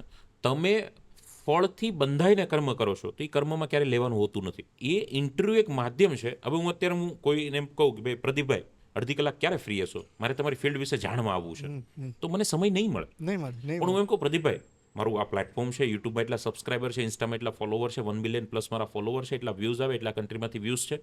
મારી એવી ઈચ્છા છે કે તમારી સંઘર્ષની કહાની બધા લોકો સુધી પહોંચે અને એના માટે જો 30 મિનિટનો સમય મળે તો મારે તમારી વાત કેમેરાના માધ્યમથી દુનિયા સુધી પહોંચાડવી છે. તો તમે સીધી હા જ આવે. પણ અલ્ટિમેટ મારો ગોલ શું છે? મારે જાણવું છે કે એક્ટિંગ ફિલ્ડમાં જવાય કે. અને આ બધી જ વસ્તુમાં એક વસ્તુ ખાસ બહાર આવે છે કે અપ્રોચમેન્ટ પણ તમારો કેવો છે. એ એપ્રોચમેન્ટ હું એ જ કહું છું કે એપ્રોચમેન્ટ કેવો છે એનો આધાર છે કે તમારું કારણ શું છે. ક્લિયર છે. હવે ઓલું કારણ જ તમારું બંડલ છે કે વ્યૂઝ લાવવા છે. તો પ્રદીપભાઈ મારે ઓલું નવી એક ચેનલ શરૂ કરી, મને એક હેલ્પ કરો ને, મારે તમારો પોડકાસ્ટ લેવો છે. કોઈ દિવસ પ્રદીપભાઈ હાથ નહીં પાડે. તમારા શબ્દોમાં તાકાત જ નથી. અને તાકાત કોઈ કરિયાણાની દુકાને મળશે નહીં કે ભાઈ હાલો ચલો એક કેપ્સ્યુલ લઈ લીધી, તાકાત આવી ગઈ, પ્રદીપભાઈને ફોન કરો. તાકાત તમને મળશે તમારા કારણથી કે મારે આ કામ શું કામ કરવું છે. તો થઈ શકશે, બાકી ન થઈ શકે. હું તમને કહું કે કોઈ ઘરે 20 દિવસ પછી લગ્ન છે અને એ પરિવારને દુબઈની 10 દિવસની ટ્રીપ ફ્રીમાં મળે છે, પણ એને આપેલો ટાઈમ એવો છે કે જે 20 દિવસની વચ્ચે જ આવે છે અને દુબઈની ફ્રી ટ્રીપ છે, રહેવા જમવા ખાવા પીવા ફ્લાઇટમાં જવા આવવાનું, તો એ પરિવાર નહીં જાય. કેમ કે એ પરિવાર પાસે કારણ છે કે 20 દિવસ પછી અમારા ઘરે લગ્ન છે. તો દુબઈની ફ્રી ટ્રીપને પણ જતી કરી દેશે કેમ કે એને વચ્ચેનું કારણ આવી ગયું. જો કારણ જ નહીં હોતે તો દુબઈની ટ્રીપમાં જતા રહેતે. બરાબર. કાલે સવારે પેપર હોય ને છોકરો અત્યારે રીલ જોતો હોય કેમ કે એને કારણ જ નથી ખબર કે મારે કાલનું પેપર આપવું જ શું કામ. કારણ જ મોટું તારણ બનતું હોય છે. કારણ મોટું તારણ બને. કોલેજમાં મારી 18 કેટી ભેગી થઈ હતી. 18 કેટી એટલે લગભગ એને પાર કરવું એક બહુ મોટું અચીવમેન્ટ થઈ જાય. પંચમાં આખી પંચવર્ષીય યોદ્ધા 18 કેટી ભેગી થઈ હતી, પણ મને કારણ હતું કે ચાલુ આ હું જિંદગી પહેલી વાર ફેલ થયો, આ તો ન જ ચાલે. આ તો માજી સટકલી એક જ સ્લોટની અંદર 18 કેટી અને 3rd યરના 5th સેમેસ્ટરના 6 પેપરો એટલે 24 પેપરો 1 સ્લોટમાં મેં ક્રેક કર્યા છે. તો કારણ હતું. એવો તો ટોપર હું હતો જ નહીં, નહીતર તો ફેલ જ ક્યાં થતે. કારણ મળી જાય તો ભલભલા ટોપર બની જાય છે. એટલે બધાની અંદર છે જ. હું તો હંમેશા કહું છું કે ઈશ્વરને એમ સબકો सब कुछ दिया है. ईश्वर ने सबको सब कुछ दिया, बस ढूंढना बाकी है. और जब आपको लगे कि सब कुछ नहीं दिया है तो खुद तो दिया है. अगर वो कुछ को खोज ले तो वो कुछ के जरिए आप सब कुछ पा सकते हैं. બધાને બધું તો આપે તો ઈશ્વરમાં ને તમારામાં મારા ફરક શું રહે?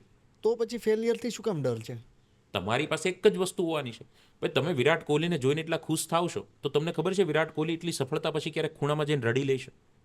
એને સૌથી મોટો ગિલ્ટ એ છે કે મારી એટલી મોટી સફળતા મળી, આખી દુનિયા મને બિરદાવે છે, પણ આ સફળતાને મારા ફાધર જોઈ ન શક્યા. યુ આર સો લકી કે તમારી નાની મોટી સક્સેસ કે નાની મોટી ફેલિયર જોવા માટે તમારા ફાધર તમારી પાસે છે. હવે આ જોવું નથી લોકોએ. તમને કુછ તો આપ્યું છે, કુછ તો દિયા હૈ. इस दुनिया में सबको सब कुछ नहीं मिलता, वरना आपके मेरे बीच में फर्क क्या रहता? હવે તમે મને હું એક સવાલ પૂછું, માઉન્ટ એવરેસ્ટ જેને ચડવો હોય જી, એના માટે સૌથી બેઝિક શું જોઈએ? માઉન્ટ એવરેસ્ટ ચડવું હોય તો શું જોઈએ? 2 પગ. 2 પગ, ઓકે. બીજું? તમારો health, okay, bus will power. ચાલો હું કહું છું માઉન્ટ એવરેસ્ટ જોઈએ. એ જ નિવેદ શું ચડશો? 100%. તમે તમે માઉન્ટ એવરેસ્ટ ચડવો છે તો માઉન્ટ એવરેસ્ટ જ નથી, શું તગારું ચડવાના? આ રાખજો, કટ નહીં કરતા. તમે તમે વિચાર તો કરો યાર. એમ એટલે જીવનમાં જો સંઘર્ષ જ નથી, ફેલિયર જ નથી, તો તમે શું ચડીને આગળ વધશો? અને તમે આજે સુપરસ્ટાર થઈ ગયા, તમે સફળ થઈ ગયા, કાલે ઉઠીને તમે 5000 લોકોની વચ્ચે સ્ટેજમાં કોઈ કહેશે કે ભાઈ ભાઈને 2 મિનિટ આપો, એમની સંઘર્ષની ગાથા કહેશે, સફળ થઈ ગયા. તમે જિંદગીમાં સંઘર્ષ જ નથી કર્યો, ફેલ જ નથી થયા, તમે 5000 લોકોને શું કહેશો? એટલે ઈશ્વરીય તમારી સ્ક્રિપ્ટ એટલી ઇન્ટરેસ્ટિંગ બનાવે છે કે કાલે તું સફળ થતો તો તું આ સ્ક્રિપ્ટ પ્રમાણે લોકોને કહી શકે અને તારી સ્ક્રિપ્ટ ઇન્ટરેસ્ટિંગ બને, એટલે તમને ફેલ કરે છે. 10 ફેલિયર પછી તમે 11મી વાર સફળ થાવ તો કેવી સ્ક્રિપ્ટ તમારી ઇન્ટરેસ્ટિંગ બને. તમે 5000 લોકોને ઇન્સ્પાયર કરી શકો, પાયો મજબૂત, અને 5000 લોકો તમારા માટે તાળી પાડે, એવું ઈશ્વર વિચારે છે, એટલે તને 10 વાર ફેલ કરે. હવે તું રડીને તું કે હું શું કરું, તું પ્લગમાં આંગળી નાખ દે તો મગજ હલે તો કંઈક ચાલે. તો શું વાત છે, શું કરે? ગજબ છે. તમે આજ દિન સુધી કોઈ નેતાને સુસાઇડ કરતા જોયા? મારી જેમ કોટી પહેરીને આવીને બેસી જશે બીજી વાર, ભાઈઓ બહેનો આ વખતે પાછું મત આપજો, મને ગઈ વખતે સેવા કરવાની તક ન મળી. એક નેતા, રાહુલ ગાંધી કેટલા ફેલ થયા? રાહુલ ગાંધીની ઇજ્જત ઉતારવામાં કોઈ બાકી રહ્યું છે? આખા દેશે 6 વર્ષનું છોકરું એને પપ્પુ કહે છે, બરાબર છે.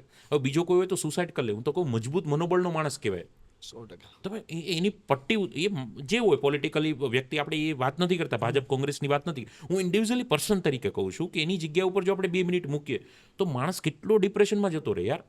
આપણને એક કોઈની કોમેન્ટથી આપણે રાતે ઊંઘ નથી આવતી. હા, તમે બર્થડેમાં સરસ મજાનો ડ્રેસ પહેરીને તમને કોઈ કે આવો શું ડ્રેસ પહેરી, આપણો બર્થડે આખો બગડી જાય છે. એક કોમેન્ટથી આખો બર્થડે બગડી જાય છે. આ તો 140 કરોડ લોકો મંડી પડ્યા હતા રાહુલ ગાંધી પર, તો કેવી હાલત થઈ જાય યાર. કર્યું એને સુસાઇડ? નહીં, એ મસ્ત લે, એને પદયાત્રા કરી, આખું ભારત ફરી લીધું. તો શીખો ને. કોઈ કોર્પોરેટર આત્મહત્યા કરી કે હું હારી ગયો એટલે હું સુસાઇડ કરું છું, તો તું 2 વિશે ફેલ થઈને શેનું સુસાઇડ કરે છે? મોરારી બાપુ ફેલ છે, સચિન તેંડુલકર ફેલ છે, તો હું આવું કહું, ઘણા છોકરા કે સારું તો આપણે મોરારી બાપુ બનવું ફેલ થવું પડશે, એટલે એવી વાત જ નથી. આ પાછા આમાં એમ લઈ, હા, એને તમે ઇન્ટેન્શન એ કે ભાઈ સચિન તેંડુલકર 10માં ફેલ થયા, પણ અત્યારે મહારાષ્ટ્ર બોર્ડમાં 10મા ધોરણમાં સચિન તેંડુલકરનો પાઠ આવે, તો ઘણા કહે તો ગુજરાતમાં મારે પાઠ લાવવો હશે 10માં ફેલ થવું પડશે. એવું નથી, તારો ચેપ્ટર નહીં તને જ આખો કાઢ નાખે, પણ તારે એવું બનવું પડે. તો અલ્ટિમેટ વાતો બધી આવી છે. મોટિવેશન કેટલો બદલાવ લાવતો હોય છે જીવનમાં? બદલાવ તમારી એક્શનથી આવે. કોઈ પણ બદલાવ હોય, આ સોફો મારે બદલવો હોય તો એ સોફો બદલવાની એક્શન મારે લેવી પડે, તો સોફામાં બદલાવ આવે. એટલે બદલાવને સીધું કનેક્શન છે એક્શન સાથે, અને એક્શનને કનેક્શન છે તમારા જુસ્સા સાથે, અને જુસ્સો મળે મોટિવેશનથી. એટલે મોટિવેશનથી જુસ્સો મળે, નહીં મારે સોફો બદલવો છે, અને એ જુસ્સાથી હું એક્શન લઉં સોફો હટાવવાની, અને એ એક્શનથી પરિણામ મળે. તો બીજાના જજમેન્ટથી લોકો પોતાના ઉપર ડાઉટ કરતા હોય છે, શું કેવું છે આની પર તમારે? હું એવું કહું છું કે તમે એવું માની લો કે તમારી સિવાય બીજાને એટલી બધી ખબર તમારી ફિલ્ડમાં નથી પડતી, જી, તો બીજાના પોઈન્ટ એટલા બધા મેટર નહીં કરે. હા, તમારી ફિલ્ડના એક્સપર્ટ છે એનું ચોક્કસ સાંભળો, પણ મને અત્યારે કોઈ એમડી ડૉક્ટર સલાહ આપે કે અશોક તારે આમ નહીં બોલાય, આમ બોલાય, તો એમડી હોવા છતાં હું નહીં સાંભળું, કેમ કે તારી પાસે આ ફિલ્ડનો અનુભવ નથી. હા, પણ મારી ફિલ્ડના જે સિનિયર છે એ મને એમ કહે કે આમ નહીં આમ બોલાય, તો હું ચોક્કસ માનું. તો તમે જેની કોમેન્ટ માની રહ્યા છો એ કોમેન્ટ આપનારનો અનુભવ શું છે એ ફિલ્ડનો, પછી નક્કી કરો કે માનવી કે નહીં માનવી. તમે, હું એમ કહું છું સિમ્પલ વસ્તુ, તમે કોઈ જ્યોતિષને હાથ બતાવો છો અને જ્યોતિષ એમ કહે કે તમારું ભવિષ્ય બહુ ઉજળું છે, ગજબ, તમે ભૂકા કાઢી નાખવાના છો, તો હું કહું માની લો, માની જ લો, બરાબર. પણ એ જ્યોતિષ એમ કે તમારા જીવનમાં કંઈ લેવાનું નથી. તો હું બિલકુલ ન માનું. મારે શું કામ માનવું? મને નથી ગમતું. હા, બરાબર છે. હવે એ કહેવાનો અર્થ એ છે કે પોઝિટિવ વસ્તુ છે એ સ્વીકારી લો, નેગેટિવ વસ્તુ છે એ નેગેટિવ ન બને એ માટે મહેનત કરવા માંડો. બરાબર. જ્યોતિષે કીધું કે 2 વર્ષ હવે તમે જીવનમાં ફેલ જ થવાના છો, તો હું ફેલ ન જાઉં અને સફળ કેમ જાઉં એવી મહેનત કરવાનું શરૂ કરી દો, જેથી એ જ્યોતિષ ખોટા પડે. અને આવા કેટલા જ્યોતિષો આ દુનિયામાં ખોટા પડ્યા છે. જ્યોતિષ ખોટું છે એવું નથી કહેતો, એ એની રીતે કહેતા હશે કે તમે જીવનમાં ફેલ જશો, એના અનુભવોના આધારે કહેતા હશો. પણ એ વાતને મારે ખોટી પુરવાર કરવી એ તો મારા હાથમાં ખરું, મહેનત અને પરિશ્રમના જોર પર. યા તો એવું બને કે હું એટલી મહેનત કરું કે હું ફેલ જાઉં, પણ એ લેવલનો ન જાઉં જે લેવલનું મારું હસ્તરેખા છે. એટલો મોટો ઝટકો ન લાગે. હું 10મા માળે જ પડવાનો, એની જગ્યાએ 1લા માળે જ પડું તો ખાલી હાથ પગ જ ભાંગે, ઓલામાં તો હું મરવાનો જ હતો. તો એ મારા પરિશ્રમના જોર પર ખરું, તો એ તો કરો. એટલે બધામાં છે ને છેલ્લે શ્રીમદ ભગવદ્ ગીતામાં કર્મ ઉપર ભાર આપ્યો. તમે જુઓ, હસ્તરેખા ઉપર ભાર નથી આપ્યો. ભગવાન શ્રી કૃષ્ણએ યુદ્ધ પહેલા અર્જુનનો હાથ નથી જોયો, ઉપર જોવા દે તો જીતે એમ છે કે નહીં, તને મંગળ ગુરુ શનિની મહાદશા બેઠી તો આપણે યુદ્ધ લંબાવી દે, એવું નથી કીધું. કર્મ ઉપર જ ભાર આપ્યો છે. એ મહાદશા હશે તો એમાં ઓછામાં ઓછું વિકરાટ રિઝલ્ટ કેમ મળે, વિકટ રિઝલ્ટ ઓછામાં ઓછું કેમ મળે, એ માટેના પ્રયાસો ભગવાને કર્યા છે. 100%. તો આપણે એ કરી શકીએ. તો યુથને ક્યારેક ક્યારેક એ કન્ફ્યુઝ છે કરિયરને લઈને. બરાબર શું છે. કેવું છે? યુથ કન્ફ્યુઝ એટલા માટે છે કેમ કે રે છે ને એ એવા જ લોકો છે જે પોતે કન્ફ્યુઝ છે. એટલે એને સ્વયં પોતે ક્લિયર થવું પડશે. 6 ઇંચની સ્ક્રીનનો મોબાઈલ છે, 1.5 GB મુકેશભાઈના આશીર્વાદ છે, તમારી જિંદગીને બનાવી પણ શકે ને બગાડી પણ શકે. પણ તમારે જ સવારે ઉઠીને ફેસબુકમાં ફરવું, ગૂગલમાં ગબડવું, રીલમાં રમવું, બીજીમાં બગડવું, ઈશિતા, અનુપમા, નાયરા, નાગિન, રાશિ, રિક્ષાવાળી મટવાઈને હુઈ જાવ તો કન્ફ્યુઝ જ રહેવાના છે. પહેલાં છોકરા બોલતા, અમે તો સવારે હું બોલું કે ભાઈ કરાગ્રે વસ્તે લક્ષ્મી, કરમૂલે સરસ્વતી, કર મધ્યે તું ગોવિંદા. અત્યારે છોકરા કરાગ્રે વસ્તે ફેસબુક, કરમૂલે વોટ્સઅપ, કર મધ્યે તું નોટિફિકેશન. તગારું જિંદગી બને. તમારે આમાંથી બહાર આવવું પડશે અને તો જ ક્લેરિટી મળશે. અમુક જે નિયમો છે નિયમો ફોલો કરવા જ પડશે. તમે 6 ઇંચની સ્ક્રીનમાં 1.5 GB મુકેશભાઈના નેટને શું જોઈને પૂરું કરો છો એ ખૂબ અગત્યનું છે. તમે હવે દીપિકાના ઘરે બીજા બાળકનો જન્મ થશે કે નહીં, હવે એ રણવીર પર છોડ દો ને. તમારે શું છે એટલું બધું, એ રણવીરને દીપિકા પર છોડ દો. તમારું ક્યાંય ગોઠવાશે કે નહીં એના માટે મહેનત કરો ને પહેલાં. હા, બરાબર. એને બીજું નહીં થાય તો એક બાળક તો છે. સીધી વાત છે. હા, અને એ એડોપ્ટ કરી લેશે. 5 છોકરા તૈયાર હશે એને પેરેન્ટ્સ બનાવવા માટે, પણ આપણે ક્યાંય આપણે યાર ગોઠવાય એવું હજી નક્કી નથી. એ કારકિર્દી તો બનાવો યાર. આખા ગામની ચિંતા તમે કરો છો. ઘણી વાર તો મને ડાઉટ જાય કે પ્રધાનમંત્રી મોદી સાહેબ છે કે આ બધા છે, એટલી દેશની ચિંતા કરતા હોય તો તમારા કારકિર્દીની તો ચિંતા કરો. બરાબર. દેશની ચિંતા કરવા માટે તમે મૂકી દીધા છે લોકો, ધારાસભ્યોને, મુખ્યમંત્રીને, વડાપ્રધાનને. બરાબર. હવે તમે કામે લગાડી દીધા, એનું કામ કરશે, તમે તમારું કામ તો કરો. તમે એકવાર કામવાળી બાઈને ઘરે રાખી લીધી કચરા પોતા કરવા માટે, તો કચરા પોતાની ચિંતા તમે છોડ દો ને, એ કરી નાખશે. એમ દેશની ચિંતા તમે ના કરો, એ મોદી સાહેબને બધા એ જોઈ લેશે એની રીતે. બરાબર. તમે ઓપરેશન સિંદૂર કરવું કે ઓપરેશન બીજું કરવું એ નક્કી એ લોકો તમે રાખી દીધી છે આખી ટીમ, IAS IPSની ને બધા એ અજીતભાઈને બધા સંભાળશે. તમારે એવા નાના નાના કામમાં પડવાની જરૂર જ નથી. તમે મને 10,000ની નોકરી મળશે કે નહીં આવું મોટું વિચારો, એના માટે કામ કરો. એનાથી અંદર થોડા આપણે આવીએ. બરાબર. એક જનરેશન એટલે કે જેનઝી, એનું માઇન્ડસેટ કેવું છે હાલમાં? જેનું માઇન્ડસેટ એવું છે કે 1 ક્લિક પર મને બધું મળવું જોઈએ. 1 ક્લિક પર? 1 ક્લિક પર હું એક ક્લિક કરું એટલે ડોમિનોઝના પિઝા ઓર્ડર થઈ જવા જોઈએ.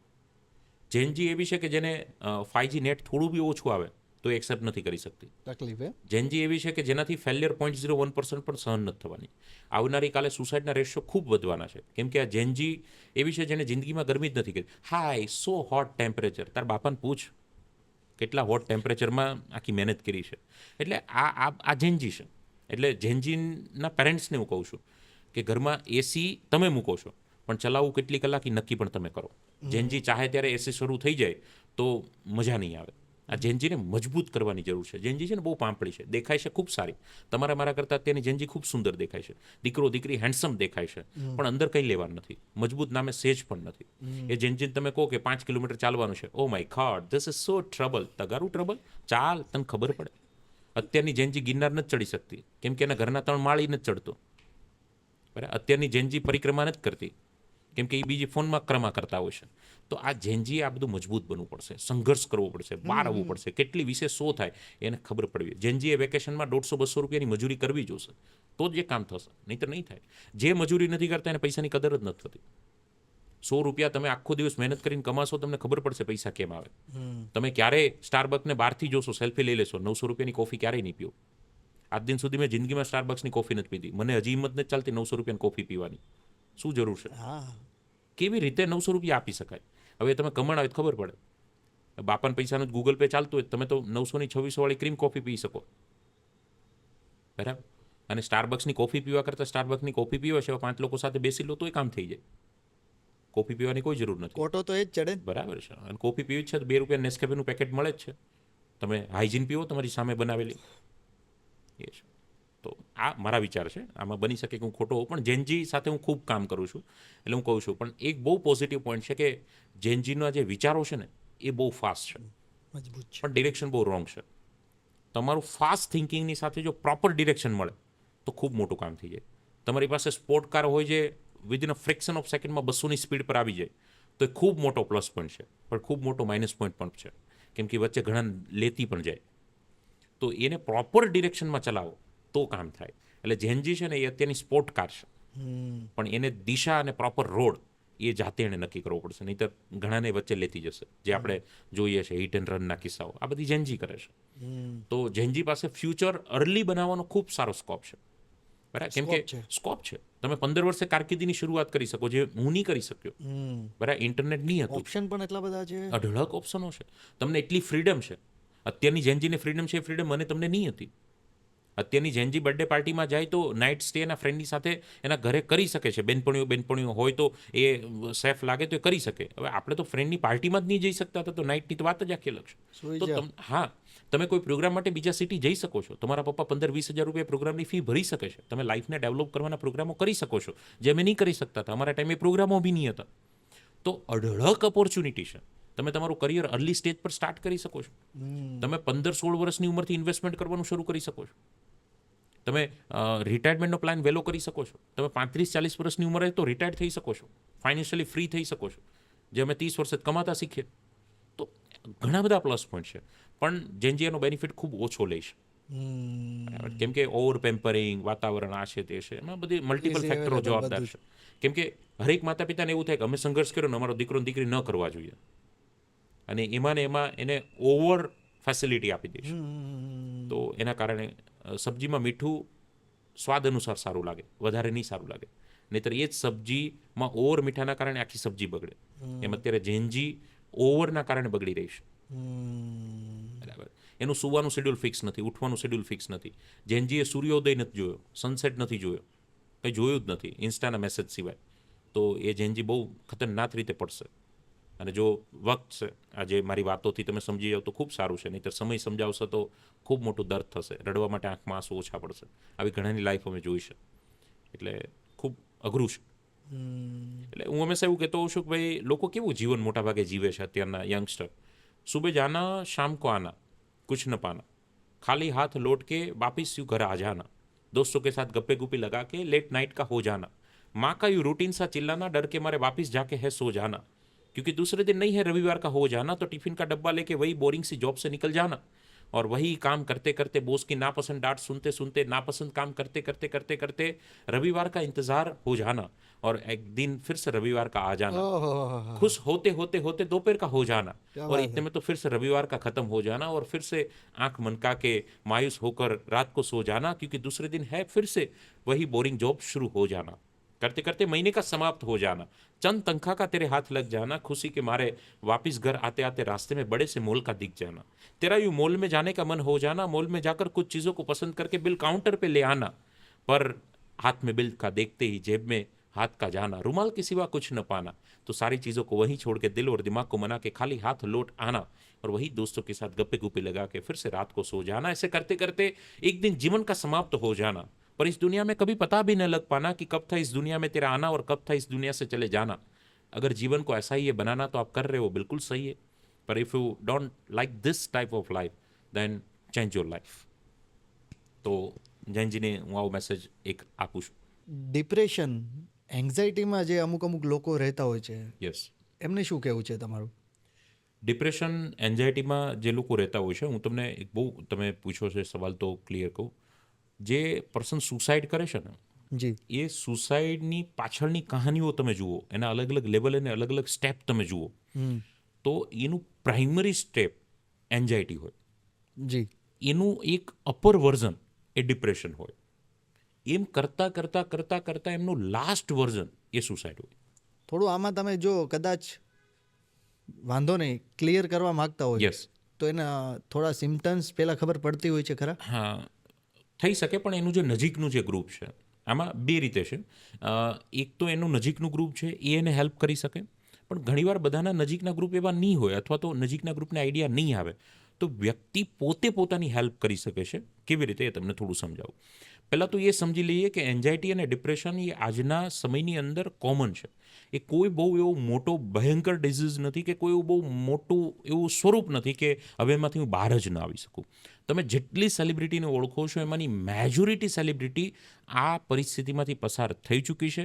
ઇવન દીપિકા પાદુકોણ, જેને તમે ઓળખો છો, એને તો એક ટાઈમે સુસાઇડ એટેમ્પ સુધીના પણ વિચારો કરી ચૂકેલા છે, અને એવું દીપિકા પાદુકોણ પોતે પોતાના ઇન્ટરવ્યૂમાં ઘણીવાર શેર પણ કરી ચૂક્યા છે. તો ડિપ્રેશનના એક અલગ ઝોનમાં તમે જતા રહો, એકલા પડી જાઓ અને સતત એ જ વિચારોમાં રહો, તો વ્યક્તિને ડિપ્રેશન કરવાના, સુસાઇડ એટેમ્પ કરવાના વિચારો આવે, ને નાના મોટા એટેમ્પ પણ ઘણા લોકો કરતા હોય છે. તો દીપિકા પાદુકોણ એમાંથી પણ બહાર આવ્યા. એમનું પ્રોપર કાઉન્સેલિંગ થાય, તમે કોઈ સાયકોલોજીસ્ટને મળો, એમની પ્રોપર ટ્રીટમેન્ટ થાય. જેવી રીતે આપણને તાવ આવે છે તો આપણે જાતે દવા લઈએ કે ડૉક્ટર પાસે જઈએ?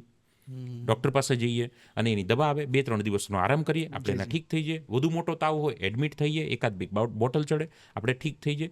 એઝ ધીસ લાઈક આ આપણું છે, એઝ ઇટ ઇઝ આવું જ એક ડિપ્રેશન પણ છે, કે એના એક ડૉક્ટર છે, સાયકોલોજીસ્ટ. તમે એની એડવાઇસ લો, એ તમારું કાઉન્સેલિંગ કરશે, ઇઝીલી તમે એમાંથી બહાર આવી જશો. એટલે કાઉન્સેલિંગ તમે કરાવો, યા તો એ લાગણી તમારી જે છે ને એ તમે લોકો સાથે શેર કરો. 2-3 સ્ટેપ છે. તો જો તમારે કોઈ કાઉન્સેલર પાસે પણ નથી જવું, તો પહેલું એક સ્ટેપ છે કે તમે એકલા રૂમમાં, ઓફિસમાં બંધ રહેવાનું બંધ કરી દો. એકલા રહેવાનું બંધ કરી દો. જી. તમે તમારી ગમતી જગ્યા ઉપર નીકળી જાઓ, ફરવા માટે નીકળી Public place જાઓ. છે, તમને કોઈ પણ પબ્લિક જગ્યાએ. પ્લેસ છે, ટ્રેકિંગ ગમતું હોય, નેચર ગમતું હોય, કોઈ જગ્યા ઉપર જતા રહો. સોલો ટ્રીપ કરી નાખો. સોલો ટ્રીપ કરી નાખો, અથવા તો નજીકના 1-2 મિત્રો છે એને સાથે લઈને જાઓ. એટલે પહેલાં તો બહાર નીકળો, એ જગ્યા છોડી દો, એ ઘર, એ ઓફિસ જ્યાં સતત તમને એ જ વિચારો આવે છે. અથવા તમે તમારા રૂમમાં જ્યાં ડેઇલી સૂવો છો ને, એ ડેઇલી સૂવાની જગ્યા ઉપર પણ જો તમારા કોઈ બ્રધર કે સિસ્ટર કે બધાનો એમનો કોઈ રૂમ હોય, તો રૂમ એક્સચેન્જ કરી લો. થોડું એ વાતાવરણ પણ ચેન્જ થશે ને તો પણ થોડો ફરક આવશે. અથવા મમ્મી પપ્પાની સાથે પણ જો તમે થોડો ટાઈમ વધારે સ્પેન્ડ કરી શકતા હોય તો થોડો ટાઈમ વધારે સ્પેન્ડ કરો. તમે તમારી લાગણીઓ છે ને એ તમારા ફ્રેન્ડ્સની સાથે શેર કરો. પેરેન્ટ્સની સાથે શેર કરી શકતા હોય તો એ પેરેન્ટ્સની સાથે શેર કરો. શેરિંગ કરવાથી ઘણું બધું કામ હળવું થશે. બહાર નીકળી જશો તો ઘણું ખરું કામ હળવું થશે. અને ત્રીજું એ સમજી લો કે આ કોમન છે, બધાની સાથે થાય છે. અપર ઝોન, ડાઉન ઝોનના લેવલમાં હોય છે, પણ થાય છે બધાની સાથે. અને ઇઝીલી બહાર આવી જે શકાય છે, એની પ્રોપર ટ્રીટમેન્ટ કરીએ તો. આ કોઈ મોટી બીમારી નથી. કોઈ નથી, નોર્મલ છે, નોર્મલ છે. આજે કેન્સર મોટી બીમારી નથી રહી આજના સમયમાં, તો ડિપ્રેશન તો નોર્મલ છે. અમિતાભ બચ્ચનમાંથી બહાર આવ્યા, શાહરૂખ ખાનામાંથી બહાર આવ્યા, સલમાન ખાનામાંથી બહાર આવ્યા, અક્ષય કુમારમાંથી બહાર આવ્યા, દીપિકા પાદુકોણમાંથી બહાર આવ્યા, અનુષ્કા શર્મા એક સમય ડિપ્રેશનમાં હતા, એ આમાંથી બહાર આવ્યા. બધા જ હતા. સારા સારા પ્લેયરો, સારા સારા ક્રિકેટરો ડિપ્રેશનમાં જતા રહે છે, એ એમાંથી બહાર આવે છે. ફરક એટલો છે કે એ લોકોની પાસે એક એવા સોર્સ છે કે ઇઝીલી બહાર આવી જાય છે. આપણે સોર્સ ગોતવાના છે, આપણે એવા લોકો ગોતવાના છે. અને આપણા સમાજમાં છે ને હજુ એ કલ્ચર નથી કાઉન્સેલિંગ કરાવવાનું, સાયકોલોજી પાસે જવાનું. લોકોને એમ છે કે મને ક્યાં મગજની બીમારી છે તો હું સાયકોલોજી પાસે જાઉં. તમે જઈ શકો છો યાર, સાયકોલોજી એક નોર્મલ છે, તમે જઈ શકો છો. આર્યન ખાન જે વચ્ચે ડ્રગ્સનો જે કેસને બનેલો, આખું ફેમિલી ડિપ્રેશનમાં હતું. શાહરૂખ ખાન, એમનું આર્યન ખાન આવી ગયા પછી 3 મહિના પર્સનલ આખા ફેમિલીનું કાઉન્સેલિંગ થયું છે. એક બોલિવૂડના સાયકોલોજીસ્ટ છે જે બોલિવૂડના ફેમિલીનું પર્સનલ કાઉન્સેલિંગને બધું કરતા હોય છે. એનું કામ જ બોલિવૂડ સેગમેન્ટમાં છે. તો આર્યન ખાનનું આખું કાઉન્સેલિંગ થયું, કેમ કે આ પરિસ્થિતિમાંથી છોકરાઓ બહાર આવે. રાઈટ? તો જરૂરી છે. ઘણીવાર આપણે ઘરમાં જે નજીકના સ્વજનથી બહુ નજીક હોઈએ, સપોઝ કોઈ દીકરી એના ફાધરથી બહુ એટેચ હોય, અને અનાયાસે ઈશ્વરની મરજી મુજબ એ ફાધરની સપોઝ ડેથ થાય, તો એ પરિવાર આખું શોકિંગમાં જતો રહે. અને એની ઇમ્પેક્ટ ઘણીવાર ડિપ્રેશન, એન્ઝાયટી જેવી થઈ જાય. તો એમાંથી પણ ઘણીવાર બહાર આવવા માટે કાઉન્સેલિંગ આપણે કરવા પડતા હોય છે. લાઈફની કોઈ એવી સિચ્યુએશન થઈ જાય, આપણી સાથે કોઈ એવું ખરાબ કામ થઈ જાય અથવા આપણાથી કોઈ એવું થઈ જાય તો એના અફસોસના ભાગમાં પણ વ્યક્તિ ડિપ્રેશનમાં આવતી હોય છે. કોઈ પ્રેમમાં એવો પાગલ થઈ જાય અને ત્યાંથી એને ફેલિયર મળે, ત્યાંથી એને રિજેક્શન મળે તો વ્યક્તિ ડિપ્રેશનમાં આવી જતો હોય છે. પણ આમાંથી બહાર આવી શકાય છે અને તમે તમારી કારકિર્દીમાં આગળ વધી શકો છો. લાઈક ઠુકરા કે મેરા પ્યાર જે તમે જુઓ છો એવી રીતે. તો એવા ઘણા એક્ઝામ્પલો છે અને આવી શકાય છે. મેં એવા જોયા છે લોકો પ્રેમમાં પડીને પણ આઈએસ આઈપીએસ બને છે અને પ્રેમમાં ફેલિયર મળી હોય એને બતાવવા માટે આઈએસ આઈપીએસ બને છે. બે કેસમાં તમે બની શકો છો. તમે 12th ફેલ મૂવી જુઓ તો 12th ફેલમાં આઈપીએસ બનવામાં સૌથી મોટું કોન્ટ્રીબ્યુશન એમના પ્રેમનું છે. બરાબર, જે શ્રદ્ધા મેમ છે એમનું છે. એના ઉપર 12th ફેલ બુક પણ બની છે અને મૂવી પણ તમે બધાએ જોયું છે. અને ઘણા એવા લોકો છે કે રિજેક્શનના કારણે બતાવી દેવા માટે આઈએસ આઈપીએસ બને છે. બંને કેસમાં પોસિબલ છે. તમે એ કેવી રીતે વિચારો છો એના ઉપર જરૂરી છે. પણ અલ્ટિમેટ આ નોર્મલ છે, બહાર આવી શકાય છે. ઘણા લોકો આમાં હોય છે, ઘણા એક્સેપ્ટ કરે છે, ઘણા નથી કરતા. તો ડેઇલી બેઝ ઉપર જો આપણે સેલ્ફ યસ, મોટિવેટેડ રહેવું હોય તો Right. શું કરવું જોઈએ? એવા માહોલમાં રહેવું જોઈએ. માહોલથી જ મોટિવેશન મળે. તમે એવી જગ્યા, એવા મિત્રો સાથે રોજ એવી વાતો કરતા હોય, પ્રેરણાત્મક વાતો કરતા હોય. માનો કે અમારું જે ગ્રુપ છે તો અમારા ગ્રુપમાં કોઈની પહેલાંની એવી વાત કરવાની પરમિશન જ નથી. બરાબર, ઓલવેઝ ગ્રોથની વાતો અમે કરીએ. નવા શું બિઝનેસ કરી શકીએ, ક્યાં ઇન્વેસ્ટમેન્ટ કરી શકીએ, કેવી રીતે વેલ્થ બનાવી શકીએ, કઈ જગ્યા પર ફરવા જઈ શકીએ, કયા નવા કોર્સમાં જઈ શકીએ, કયા નવા વર્કશોપમાં જઈ શકીએ, શું થયું, કેવી રીતે થયું, એમના ફેમિલીનું આપણે શું કરી શકીએ, કેવી રીતે ટાઈમ સ્પેન્ડ કરી શકીએ. આવું જ ડિસ્કશન, આવો જ માહોલ, એવી જ જગ્યા પર અમે ઓફિસ રાખીએ છીએ, એવી જગ્યા ઉપર અમે રહીએ છીએ જેથી કરીને તમને મોટિવેશન આપોઆપ મળ્યા જ કરે. બરાબર, માહોલ હશે તો કામ થશે. પહેલાંના સમયમાં શું કામ ગુરુકુળમાં ભણવા માટે મોકલતા? એને ઘરનો માહોલ જ નહીં મળે. બરાબર, રાજા દશરથ હતા તો એના છોકરા રામ, ભરત, લક્ષ્મણ, શત્રુઘ્ન બધા ભાઈઓને મોકલ્યા ગુરુકુળમાં જ ભણવા માટે. ભગવાન શ્રી કૃષ્ણ અહીંયા મામા કંસનો વધ કરીને જીતી ગયા હોવા છતાં આખું, હવે તો એમની નગરી થઈ ગઈ, છતાં એ બધું છોડી નાનાને આપી અને જતા રહ્યા ભણવા માટે.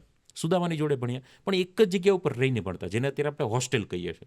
જેથી એને ઘરનો માહોલ જ ન મળે. લગ્ન, સગાઈ, શ્રીમતો માહોલ જ ન મળે. ઘરે મહેમાન આવ્યા માહોલ જ ન મળે. ટીવી માહોલ જ ન મળે. મોબાઈલ માહોલ જ ન મળે. બીજું શું થઈ રહ્યું છે માહોલ જ ન મળે. એક જ જગ્યા ઉપર રહીને અભ્યાસ થાય એટલે માહોલ જ ડિસ્ટર્બ એને ન થાય, જેથી કરીને ગુરુકુળમાં ભણવા માટે મોકલતા. બરાબર, પ્રભુ શ્રીરામ ક્યારે એને માસીની છોકરીને લગ્ન માટે વચ્ચે એને દશરથજી તેડી ગયા અઠવાડિયું પછી મૂકી ગયા એવું નથી બન્યું. કેમ કે એ માહોલમાં જતા રહે ને તો પછી એના મગજમાં એ જ ચાલે કે ઓહો મારા લગ્નમાં એન્ટ્રી કેવી થશે. અત્યારે છોકરાએ કે ભાઈ 2 કલાક હું પાછું મેનેજ કરી લઈશ, 2 કલાક લગ્નમાં જઈને હું આવી જાઉં. 2 કલાકનો મુદ્દો નથી. તમે ત્યાં 2 કલાક જાઓ છો ને 2 કલાકમાં જે જુઓ છો ને એ હવે ઘરે આવ્યા પછી 20 દિવસે ઉતરશે ભૂત. પેલું આખું ડાયવર્ટ થઈ જાય. ડાયવર્ટ થઈ. હવે તમને સમાજ વિદ્યા વાંચો તો એમાં તમને બ્રાઇડલની એન્ટ્રી જ દેખાય. ઓહો મારી એન્ટ્રી કેવી થશે, ઓહો મારી થશે કે નહીં, મારું ફાર્મ હાઉસમાં થશે કે નહીં, આવું બધું મગજમાં ચાલ્યા લાગે. એટલે એ 20 દિવસ બગાડે છે. તો માહોલ ડિસ્ટર્બ ન કરવા દો. જો તમારો માહોલ ડિસ્ટર્બ થયો તો તમે ડિસ્ટર્બ થયા. અને માહોલ સિલેક્ટ કરવો તમારા હાથમાં છે. કેવા લોકો સાથે રહેવું તમારા હાથમાં છે.